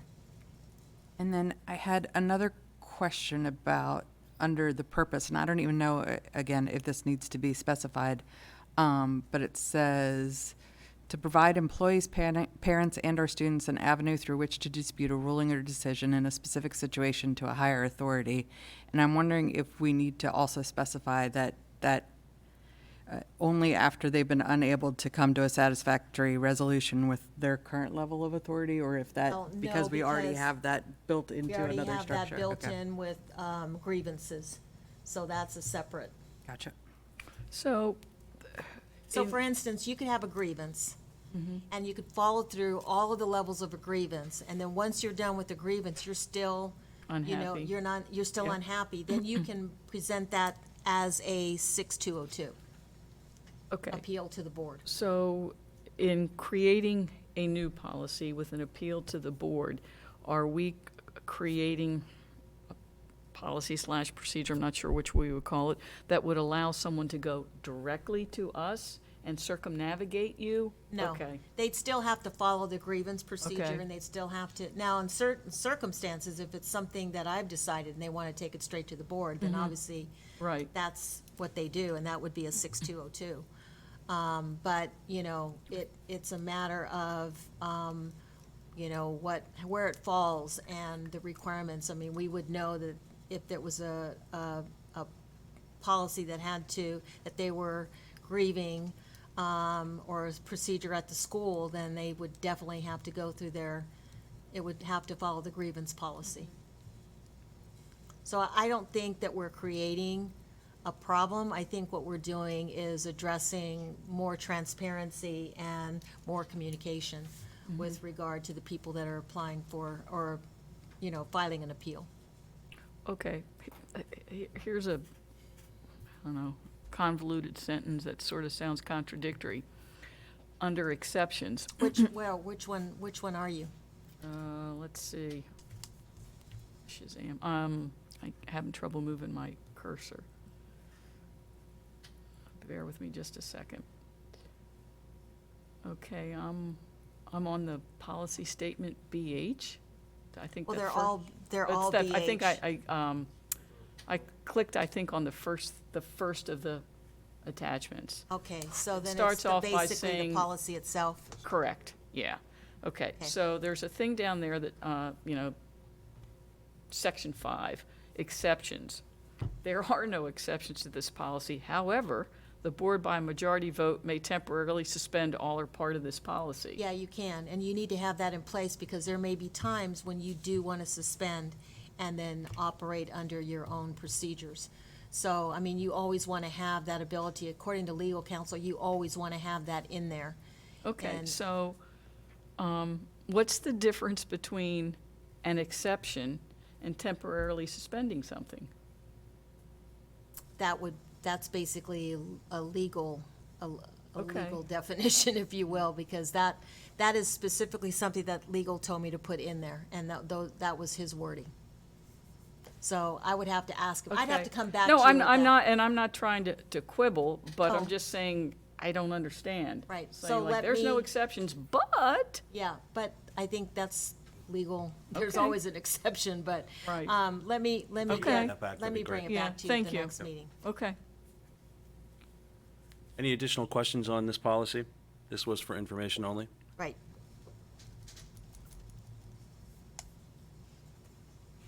No? Okay. Nope. The next item on the agenda is the district reopening plan. And I see Ms. Jacomowitz walking down. Good evening, President Getz, Dr. Couch, members of the board. Good evening. Thank you for allowing us to come back tonight. This is a follow-up to, well, we have actually a follow-up each and every month regarding our reopening plan, but tonight specifically is a follow-up to the information sharing session that we had 2 weeks ago, where we gave an opportunity for both the board and the public to have input on our plans to reopen the school at the start of this year. So tonight, what I'd like to share with you is just a quick reminder of what the state has charged us with, and that is we must maintain the health and safety of students and educators in school, as well as school system staff. We have to ensure the continuity of services, not only to address their academic needs, but also the social, emotional, mental health, and other needs, which may include health and food services as well. And then also something new this year is that this plan must be updated and shared with you as we update it at a minimum of every 6 months. You know that we have task force members, and what we've done now is we have expanded this to include both additional community members as well as opened it up at our last board meeting to anyone that had an interest to please send an email so we could add names and expand our task committee force members as well. So what you have in front of you right now is a list of who currently has volunteered to be on the various task force members, and in bold you'll see the staff members that are chairing each one of those different areas. A few members have moved into new positions. For example, Mr. Hushin in his role has moved over to operations. That's just one quick example. In our plan, we have been asked to focus on not only health and safety strategies, but I know this is a topic that is of interest to you. We'd like to spend a little bit of time thinking together about the wearing of masks, physical distancing, and some of the protocols that we have in place tonight. We don't have them in place tonight. Some of the protocols that we would like to put in place for the reopening of the school year. Sorry, I'm getting a little punchy. This is actually a chart that's lifted directly from our plan. It is not new. It's sitting there from the existing plan and just basically showing the 3 phases. And we are excited to share that we are planning and proposing that we open with option 3, which is returning fully face-to-face. Our student services team, as well as Dr. Couch and principals, have been thinking and reading and trying to stay up to date on the guidance that's ever changing. What we have in here is a July 23rd version and recommendations regarding masks and face coverings.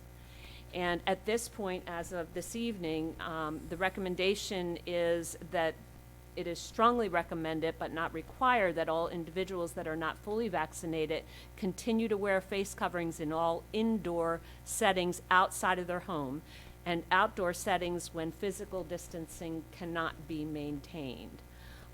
You can read the other pieces. That is not new. We have always required students to wear the masks on the buses, and there's no plan to change that. And that children that are under 2 are not required, of course, to wear the face coverings. So what I would like to do is just give a chance for board members to kind of share your thinking at this point on, you know, what we are proposing, which is basically to follow the recommendation that our students would consider the mask wearing and be expected to wear the masks at the start of this school year. So Dr. Couch, I didn't know if you wanted Right. to kind of take it over. Just from there. wanted to let you know that have been in a discussion with the health department, and the health department is strongly recommending that students wear masks. And I would say that based on the increase in the number of cases that have come forward in Kent County, and we are now in a substantially high, my recommendation is that we start school with a mandate to wear masks indoors, and but that we would not require them outdoors, but we would require them indoors. And my thought is the reason why we would do that is because we're going to be at full capacity, which means we're going to have kids back to quote normal, and we're not going to be like we are in our summer programs where we can socially distance. There's small student population. We're going to be at full capacity, which means we're going to have every classroom full to its normal capacity. And I think that to err on the side of protection of our students, if it means wearing a cloth mask is going to protect our students, I think that's what we ought to be doing in terms of the start of school. But of course, I wanted to open it up to board members so I could hear your thoughts about that in terms of how we would, I mean, I think it's a lot easier to loosen up if we see the need to do so. As far as athletics, we have not had any directives in terms of wearing masks for athletics. But I'm talking about specifically in the classroom, in the school, when we're passing from one class to another. We would propose that our students would eat in the cafeteria. We're going to be at full capacity, so we're not going to be able to continue to feed our kids in their classrooms, but they would be able to take off their masks to eat. But at any other times when they were in the school, they would be wearing masks. So that is what, our recommendation would be. I do know that our neighboring school systems are in the process of trying to make recommendations. I don't know where they're gonna fall. I don't have any idea. I did have an opportunity to talk with State Superintendent Shodery today to talk about what MSDE's, the feeling was, and you saw that they strongly recommend. But he had indicated that MSDE is looking at coming up with a resolution. They haven't done that yet, but he's gonna recommend that they come up with a resolution in terms of mandating masks. So I think this is probably the most important decision that we're gonna have to make with regard to preparing for our kids to come back to school. You're not just talking about students, though, aren't you? No, students Okay, and staff. okay. So in addition to our 5 school buildings, central office as well? Yeah. Okay. I think it's very important that everybody wear a mask. And I think it's very important that our school board shows unanimity about this, because there are people who are gonna fight this, and it's, we are, responsible for their safety, children and staff safety, and wearing a mask is just not very hard to do. I agree. I think that wearing masks is important, and I also wrote some notes that with approximately half of our student population currently being under 12 and ineligible to receive a vaccine, I think it's vital that we do whatever we can to protect them and our staff. And as the parent of a child who is currently ineligible to receive a vaccine, I think it's important to protect her. But I also want to make sure that we include that this is regardless of vaccination status, so that we're making that very clear, that we're saying everyone has to wear a mask. And just because you're vaccinated doesn't mean you can't be transmitted. Yeah, I'll just tell you, I mean, I'm in agreement 100%. I mean, I think, you can spend 5 minutes listening to, All of us agree. radio or watching TV, and, some of the stories coming out of Tennessee. They just opened school, and, 2 hospitals are filled with children. Any other part of the country, it's just an issue. And I think it's easier to start one way and back it down should there be a need to, versus trying to implement it when the process is moving forward. I've been very, very happy with how we handled COVID, March in 2020. Obviously no one knew what was going on, but we made some decisions along the way that kind of played into, it made sense, down the road, and there were some other school systems that were kind of in a tougher spot. So my personal opinion is that, we should really implement this.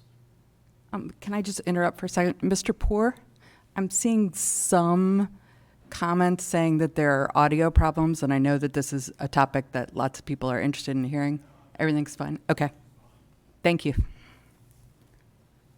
Yeah, so I just think that it makes a lot of sense. I mean, unless, I don't, Navika. Anybody else? Something I just want to say is, when would we make the actual statement of mandating it? Like, would we do it at a board meeting, or would it just be something that we kind of we're all in agreement, so we're gonna kind of push it out? Right, once the board is in agreement, then we would put the information out right away. Okay, perfect. We don't meet again until Yeah. after school starts. Yeah, it would be part of our reopening plan, which we would post, which we're required to post. We're required to post it before the start of the school year. However, our plan is to post it as soon as that initial draft is ready. We're hopeful that last week of August that we'll be able to have Okay, it up perfect. and ready. Why can't we do it tonight?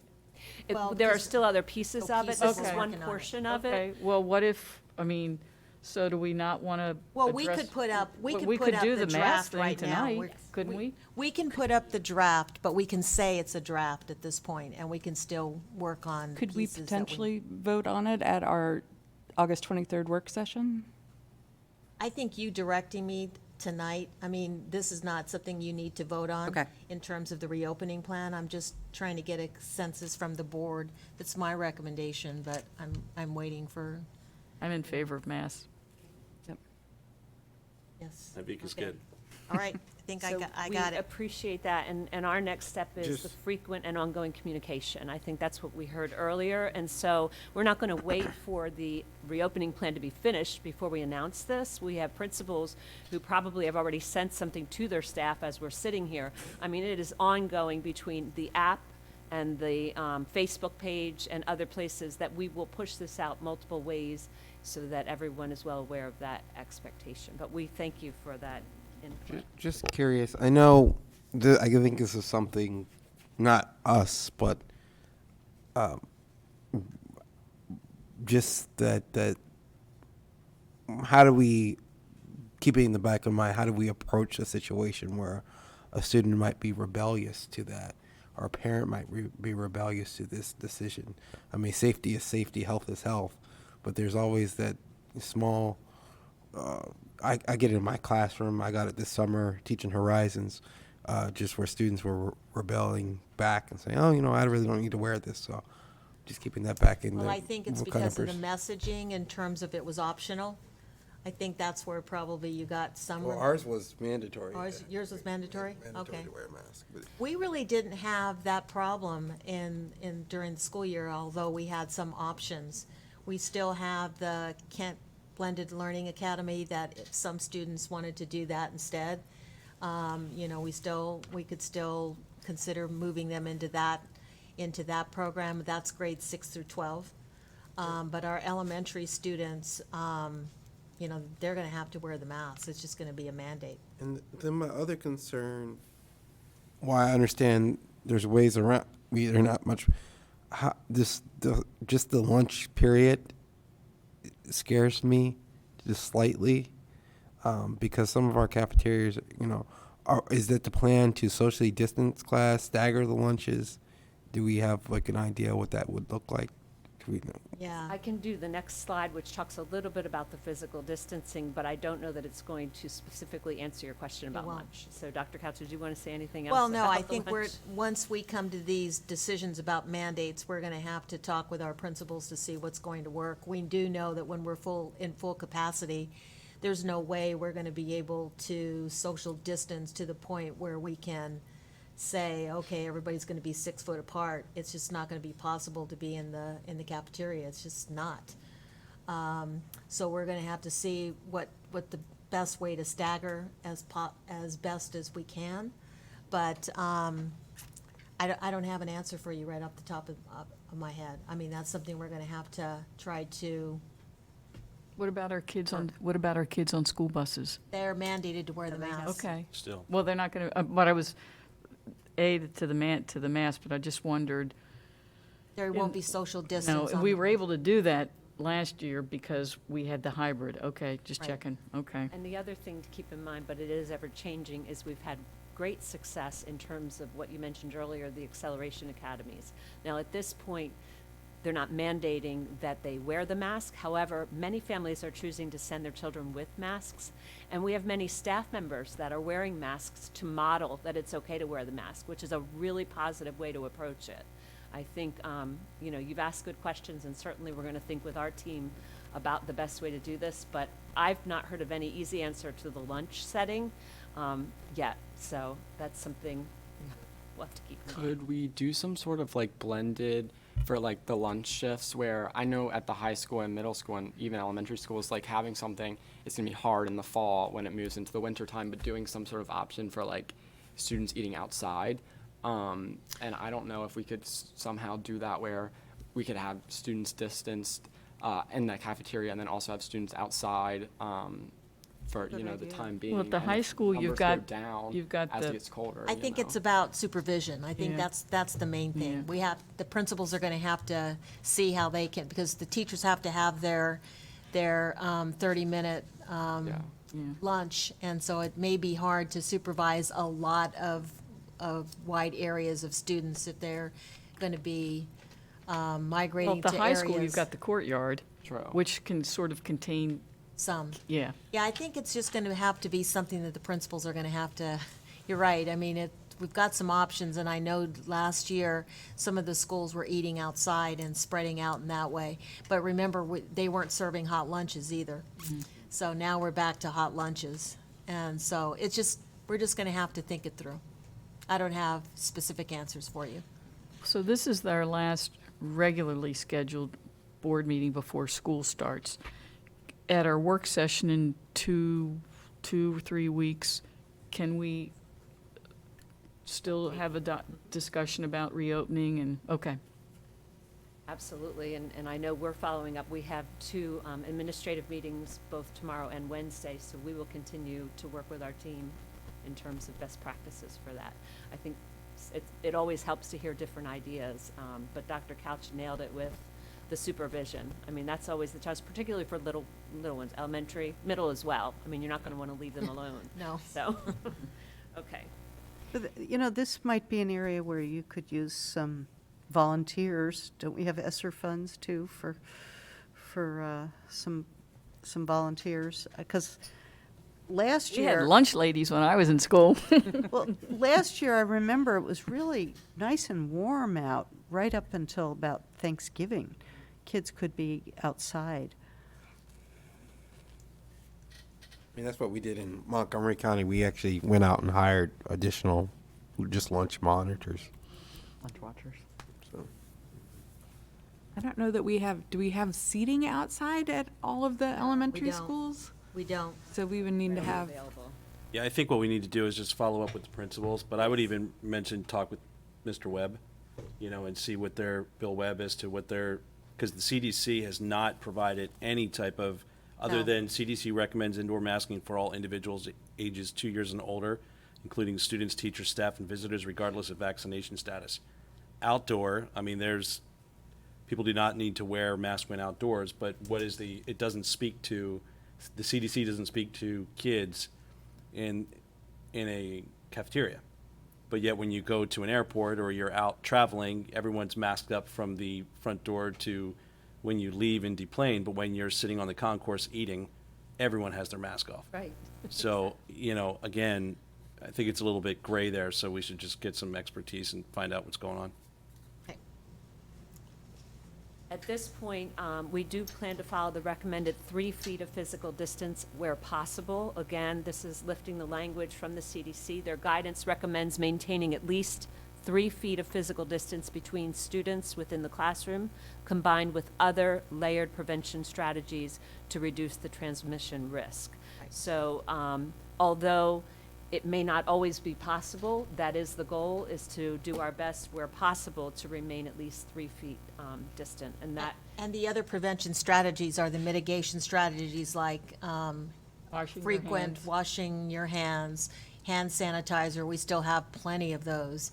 Still, disinfecting the classrooms every night. We have our water fountains turned off still? Yes. So they can still, they can fill their water bottles. That water bottles. Okay. We ordered more of the water bottle stations. Okay. So, that as well. And Dr. Couch, did you want to speak about the vaccination piece? I know that's fairly new as well. I mean, we know that Oh, you mean the screening, the Yes, the testing? self-screening, and then also the kits with the outside vendor. I think Van probably has more information about that, but I'll do my best. If I get it wrong, then speak up. But we're still going to try to do a push about recommending vaccinations for all of our students and staff who are eligible to receive. So we'll put out, in my letter, I'll promote vaccinations. But we're looking at still having our parents do the home self-screening before they send their kids to school. Same thing with our staff. And then we're looking at participating with the health department and outside vendor for doing testing kits. So in other words, if you have a situation where you've got a student that has symptoms at school, then we can send them to the health department right away. They don't have to wait for an appointment. They can go any day of the week and get tested, and then we could get the test back within 48 hours. Is that correct? Correct. Okay, I got it. Thank you. And that's a new program that we're going to be involved in, and that these are testing kits that are that are, it's provided through federal funding, and I'm not sure how the vendor got involved, but they're receiving federal funds to make it available to school systems. And so we would participate, and the health department said we can send them to the health department to be tested. And so that gives us another avenue of getting some immediate results with students that have symptoms that we think could be COVID-related. I had just two other pieces that I did not get a chance to put on here, but we learned today Mr. Hushin was in contact, and we will be offering an opportunity for any new staff members, That's what I was teachers, gonna ask to you. receive vaccinations, which we were pretty excited about Through that. Chop Tank, Chop Tank Community Health. Chop Tank, right. And the other piece is, again, that partnership with the local health department, that should a child come down with any type of symptom, they will be able to be tested at our local health department as well. Yeah, that's what I just said. I just wanted to repeat it and emphasize it. Thank you. I was so focused on the new teacher piece, I Yeah. missed that. All right. Mrs. Williams, although she is not here, wanted to share some things about what we are doing differently in terms of the social emotional learning with the revisions to the plan. And if you don't mind, I'm just going to read some of my notes from here. Last year, we adopted a curriculum called Changing Perspectives that went out with resources and training for all of our counselors. And we will continue to provide both individual, small group, and classroom lessons and work on those wraparound services right there within the schools.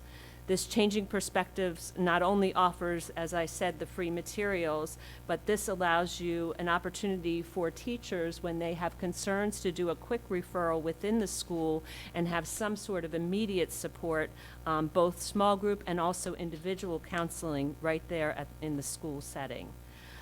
We are also currently reviewing our existing SEL curriculum, and a new student assessment has been created both in English and in Spanish to be able to assess those social emotional learning skills of our students.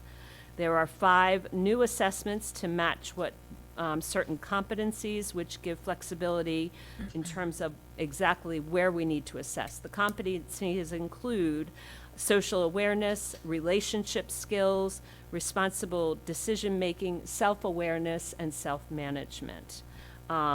These assessments will be given initially by either a counselor or a social worker, and it can actually be given to the entire class or to individual students. They're still in the process of making some of those decisions prior to the start of the school year. They will be meeting late fall with administrators, counselors, social workers, behavior interventionists to analyze the data, and they are planning 2 parent workshops. Elementary have ordered books to use with their lessons that they started last school year, so they have additional resources. And this year, both middle and high school will be ordering additional SEL resources. Using Title IV funds, we will purchase second step materials for classroom teachers that can be used for morning circle time, and also will fit beautifully with the emphasis the district has placed on restorative practices. Let me make sure I didn't miss anything there. Dr. Sperry, was there anything else about the middle school that I was supposed to add on?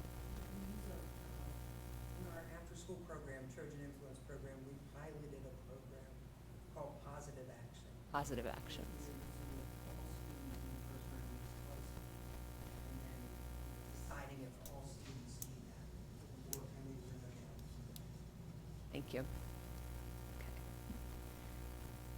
I think at this point, that's the end of the discussion and update, unless you had other questions.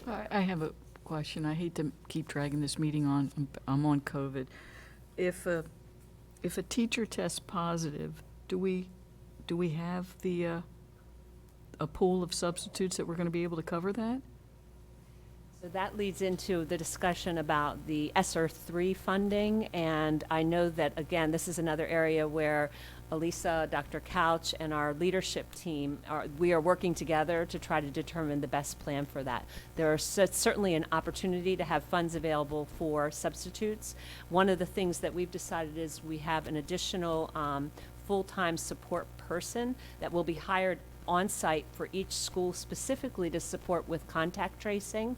But again, depending on the situation, principals have said, look, I may not need that. That would be a perfect person to be able to go in and be on-site to substitute as needed as well. So yes, we are considering funds for on-site support of substitutes. And But you're right, I mean, if we have a great number of teachers that are out, I mean, we could be faced with a different problem. So I don't have an immediate answer for that. Okay. I'll just add, Dr. Couch, that I'll have an updated number of the amount of substitutes that are on board by next week. Okay. Okay. Any additional questions, comments? All right. Thank you. Thank you. The next. Just a reminder, we'll put out tonight that we're requiring masks. Well, I don't know if we'll do it tonight. Well, but I'm just saying, we're not going to wait. No, we will not Okay. wait. Yeah, well, I don't mean tonight. It's kind of late. We meet tomorrow with our I'm not gonna do it administrators, so we tonight. will Yeah. get it out. Right. I'm sure the word already got out, but still, I'm we're going to make sure. it official. Thank you. Thank you. Thank you. Okay, the next portion of the agenda is administrative services. The first item in that portion section is expenditures and the revenue report. I see Ms. Stewart is already waiting to go. Good evening, Dr. Couch, President Getz, members of the board. And we're going to start off tonight with the monthly revenue and expenditure report. This report is will show our revenue and expenditures as of July 31st, 2021. As you can see here, the first, we look at our receipts.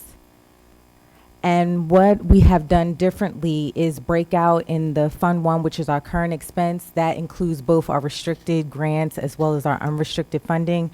We have separated that out so that you will see what is just totally grant restricted funding. And you will see collectively with our county appropriation, our state funds, and unrestricted as well restricted funding, the total for July is $2,123,606.07. We have not received any reimbursement funding for Fund 3, which is our school construction. And our Fund 5 food service is $73,774.56. All for a cumulative total of $2,197,380.63. As we scroll down, we're going to the current expense fund. This will show you that to date we have expended about 19% of our funding. Most of our encumbrances are for our yearly annual expenses that we expend out for the district as well as payroll.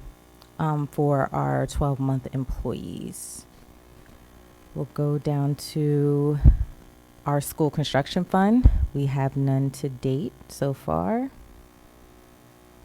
Food service, we've expensed about 9%, and most of that is dealing with salaries as well and summer school expenses.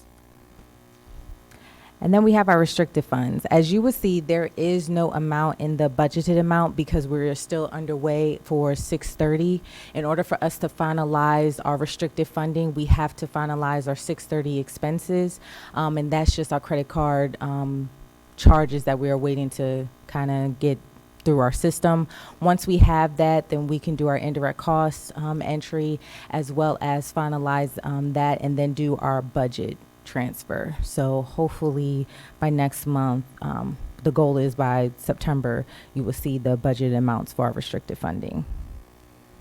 And then as the last page is just an overview of all of our receipts and our expenditures, and it's just broken down in a graph for you to review. Any questions, comments? Any questions for the reports? That was information only. Okay. The next item on the agenda is the fiscal year 21 unrestricted budget amendment.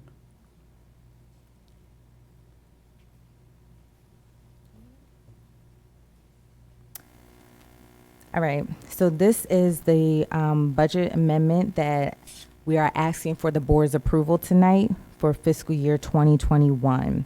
In a review of finalizing our fiscal year 2021 expenditures, there are 3 of our categories that are over expended. That's student health services, instructional supply, as well as operations. What you would notice if you have a copy of the memo, but if not, because if it's not color coordinated, the amount that we're requesting is the increase. I did that as a full total. For example, student health service increased by 48,000. The number that's in parentheses is the actual amount that is over expended. Because we are still finalizing, I'd rather just leave a cushion so it's not actually doing a exact increased budget adjustment, but it will leave room just in case there were still transactions that need to happen in those categories. We are requesting that we will take from the instructional salary, which has the balance of $431,702.97, and maintenance, which is $80,640.16 to cover for those deficits in those categories. And so that will assist us in also finalizing our year end. So we are asking for the board approval of the unrestricted funds budget amendment number 4 for fiscal year 21. Okay, this is an action item. Board approval is requested for the approval of unrestricted funds budget amendment number 4 for fiscal year 2021. Do we have a motion? I move that we approve the unrestricted funds budget amendment number 4 for fiscal year 2021. We have a motion by Mr. Johnson. Do we have a second?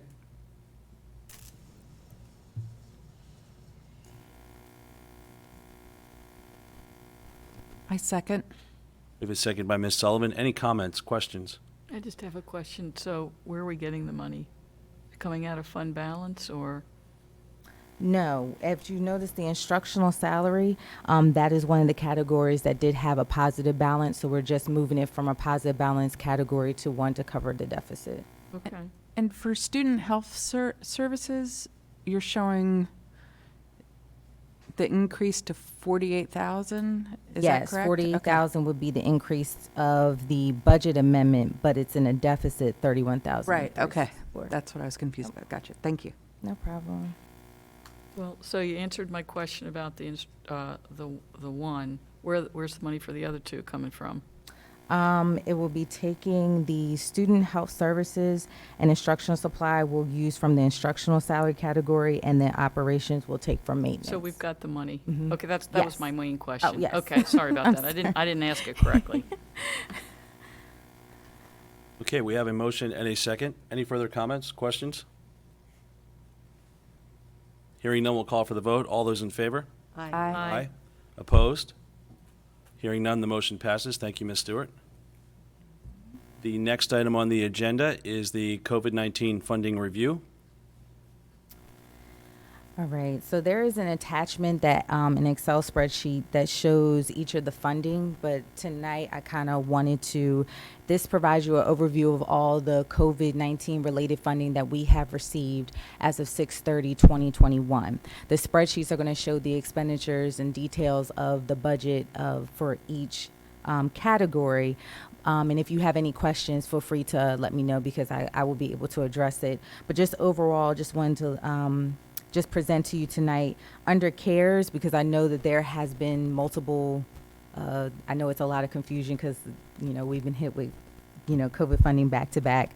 But what falls under the CARES funding, which is the Coronavirus Aid, Relief, and Economic Security Act, is ESSER 1, Reopening Schools Initiative Grant, ESSER 2, and ESSER 1, which is food service. And I will talk more about that later tonight. I do have an update. The GEAR funding actually falls under the CRRSA, which is the Coronavirus Response and Relief Supplemental Appropriations, as well as the GEAR funding that we have received. The CRRSA encumbers the tutoring grant as well as the technology grant. And then we have ARP funding, which is part of the American Rescue Plan, and that is ESSER 3. So this memo shows you the actual award amounts that we have received for all of the COVID-19 funds. And then you would see, and I could pull it up, with our CARES funding, we have expended about 65% of that.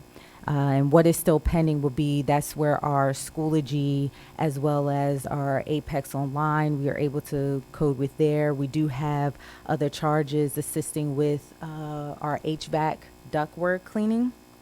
And this is, That'll these be it are as well. our rollover, we're able to roll over, or are we need to use it by a certain time frame?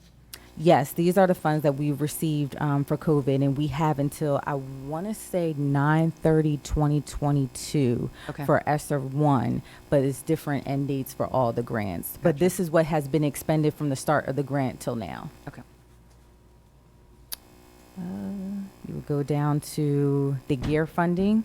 And the GEAR funding was mostly geared to technology. Most of our grants had a specific utilization that we could use it for. This GEAR funding, we use about 97%, which is pretty much going to be all of it once we do our indirect costs. And then we had the non-public requirement with Chestertown Christian Academy, and this is where we pulled our first year, a portion of our first year of Schoology from this. We have the reopening grant that pretty much addresses the reopening back to schools. And we had that last year, and that's where we're getting the ESOL support, technical support, and part-time custodian.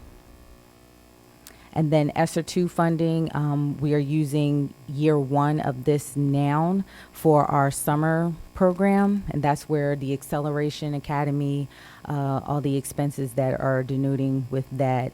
What we would do with this is we will debrief, because we don't want to, this is particularly pertaining to the accelerated program, so we're going to actually look, because it's our first time, we'll go back and review, and we can make budget amendments at any time. Right, and this is going to last us for 2 years, so it will be 2 years of summer programming. Okay. Then you'll see the tutoring grant, and that's under the CRRSA, and that was most of our math manipulatives. We were able to get headphones for our students to assist with testing, Imagine Learning, and other instructional costs that assisted us in assisting our students. And the technology grant that we have covered our time period when we were virtual, our hotspots, Promethean boards, Chromebooks for our students, MacBooks for our teachers, and voice amplifiers to assist the teachers while they are learning. Did some of the tutoring grant also cover, I know we talked about how we had some, I don't know, it's not contractors, that's the word, tutoring contractors or independent tutors. Did that come out of this grant as well? No. Okay. Not that. That mostly is with our supplemental tutoring that we can Gotcha. use that money for. Okay. And just to make note, ESSER 3 is still on the way, and as stated, we're still working to try to get that submitted by, supposed to be submitted by actually this Sunday, but our goal is to submit that by this Thursday. But what we're planning on doing is leaving a lot of whatever, in like an other charges account, because we're not sure of how the reopening can happen. So just like you're saying, you need assistance with lunches if you decide to do that. These are still unknowns that we have to tie everything back to COVID. So that's something that we're definitely keeping that in mind and making sure that we're not really allocating all the funds, because we're still in a pandemic. So we want to make sure that, because if something drastic happens, then we will have to pull and make adjustments in order to, ensure the safety of our students and staff. So kind of like what we talked about, we want to make sure we have a little bit of a cushion, because we don't know what we don't know. So we want to have the ability to allocate additional dollars if we see the need as the year goes on with regard to addressing the pandemic. Any additional questions? This was for information only? Right. Yes. Okay. Okay, the next item on the agenda is the Achieving Academic Equity and Excellence for Black Boys Grant approval. So I know earlier Dr. Holiker was addressing this grant, but we have to bring it to the board for, any new grants that we receive for board approval. And this is, we're requesting board approval for the new Achieving Academic Equity for Black Boys grant for fiscal year 2022. The purpose of this grant is to, grant award is to fund Kent County High School to support innovative and aid to education in order to promote improvements in educational outcomes and experiences for Black boys in Maryland schools. The grant period for this award is June 1st, 2021 through September 30th, 2022. And the total grant award amount is $76,923. We are requesting board approval for the fiscal year 22 Achieving Academic Equity for Black Boys grant. Okay, this is an action item. Do we have a motion? We have a motion by Mr. Johnson. Do we have a second? Second. We have a second by Dr. Costa. Any further conversation, comments? Hearing none, we'll call for the vote. All those in favor? Aye. Aye. Opposed? Hearing none, the motion passes. Thank you. The next item on the agenda is the ESSER 1 grant. So this memo, we're also asking for board approval for the new ESSER 1 Elementary and Secondary School Emergency Relief Grant for fiscal year 2022. This, we just recently found out that this ESSER funding was out there for Kent County Public Schools to assist us with food service. So any food service related item such as food, labor, and supplies, etc. We are planning to utilize this funding for fiscal year 21, so we will be doing recodes to move to assist us with our food service 21 budget, and we'll pull that from food service labor. The grant period for this is April 21st, 2020 to September 30th, 2021, and the total grant award is $14,765.32. We are requesting board approval for the new fiscal year 2021 ESSER 1 grants.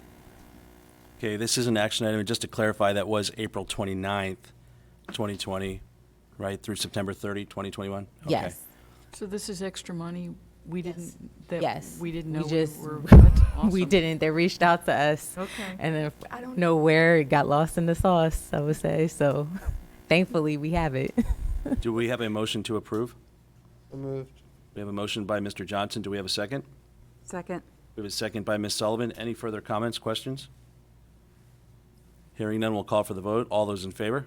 Aye. Aye. Opposed? Hearing none, the motion passes. Thank you, Ms. Stewart. Thank you.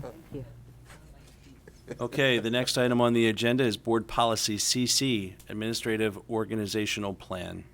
Okay, so you have before you a attachment that shows the new updated organizational chart. This is for board approval, so recommending that the board approve the organizational chart as presented. Okay, this is an action item. Looking for a motion to approve the organizational chart, the updated organizational chart. So moved. Motion by Mr. Johnson. Do we have a second? Second. Second it. Second by Ms. Sullivan. Any further comments, questions? I just have a question. Sure. Do we have all these positions filled? No. Okay. Are we waiting for us, like, to approve the policy and then we'll advertise for them, or are we advertising for them now? The only position that I see on here that's not filled is the coordinator position for special education. So we're, I know that Dr. Keene's working on a revised job description, and so once that's done, then we'll advertise for that. Are there any newly created positions in here? No, not in here, but we did give you, one of the things that we don't have on here, which we did talk about in closed session, was the dispatcher, so we may, I don't know. Back on that. We may have to bring back an amendment. Where are we going to put them? Okay. That's going to go under operations. It'll go under transportation. What's stopping us, just thinking about organization, what is stopping us from putting out job descriptions for each of these and having that available for the public? We do that in Montgomery County. We have a hub where we could pull a job description for each position. Is that I possible? think time in terms of getting it loaded onto the website, so I think, you know, we can definitely put that down as a project. So we have a motion and a second. However, there seems to be an amendment that's needed. Yeah, if you'll approve with the amendment of adding the dispatcher, then we can add that on to the transportation. So the original motion did not have the amendment listed. Do we No, let this No, vote? you can. You can vote it with the idea that there will be an addition of the dispatcher position under transportation. Mr. Johnson to restate that? Yes. Please, thank you.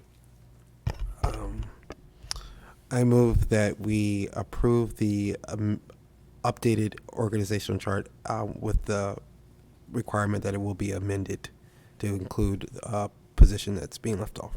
Thank you. Ms. Sullivan, are you still willing to second that? Second, yes. Okay. Any further? Did you say that that comes under Well, it would be under supervisor of operations. Because I was going to say, I don't see transportation on Yeah. here. Okay, gotcha. Okay. Any further comments?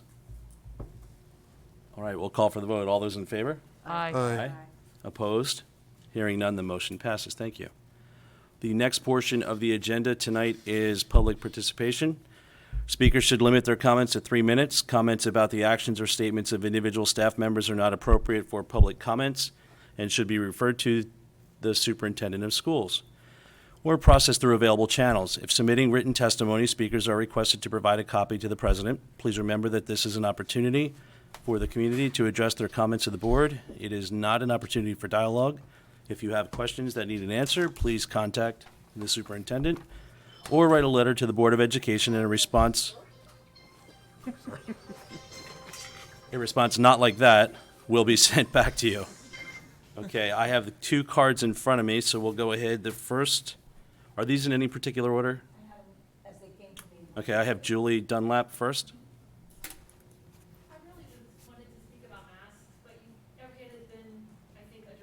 Okay. Okay. Okay, thank you. Okay, thank you. Thank you. Tammy Buckle, please. Tammy Buckle. Kinds of problems. I agree for the discussion about the Citizens Advisory Committee about adding the community members. Trish, I was thinking about that, 2 members and a student. I would like to see that you designate for the 2 members from the school be a parent and a teacher. So that way we definitely know that we're going to get representation from a parent instead of just saying 2 members from the school.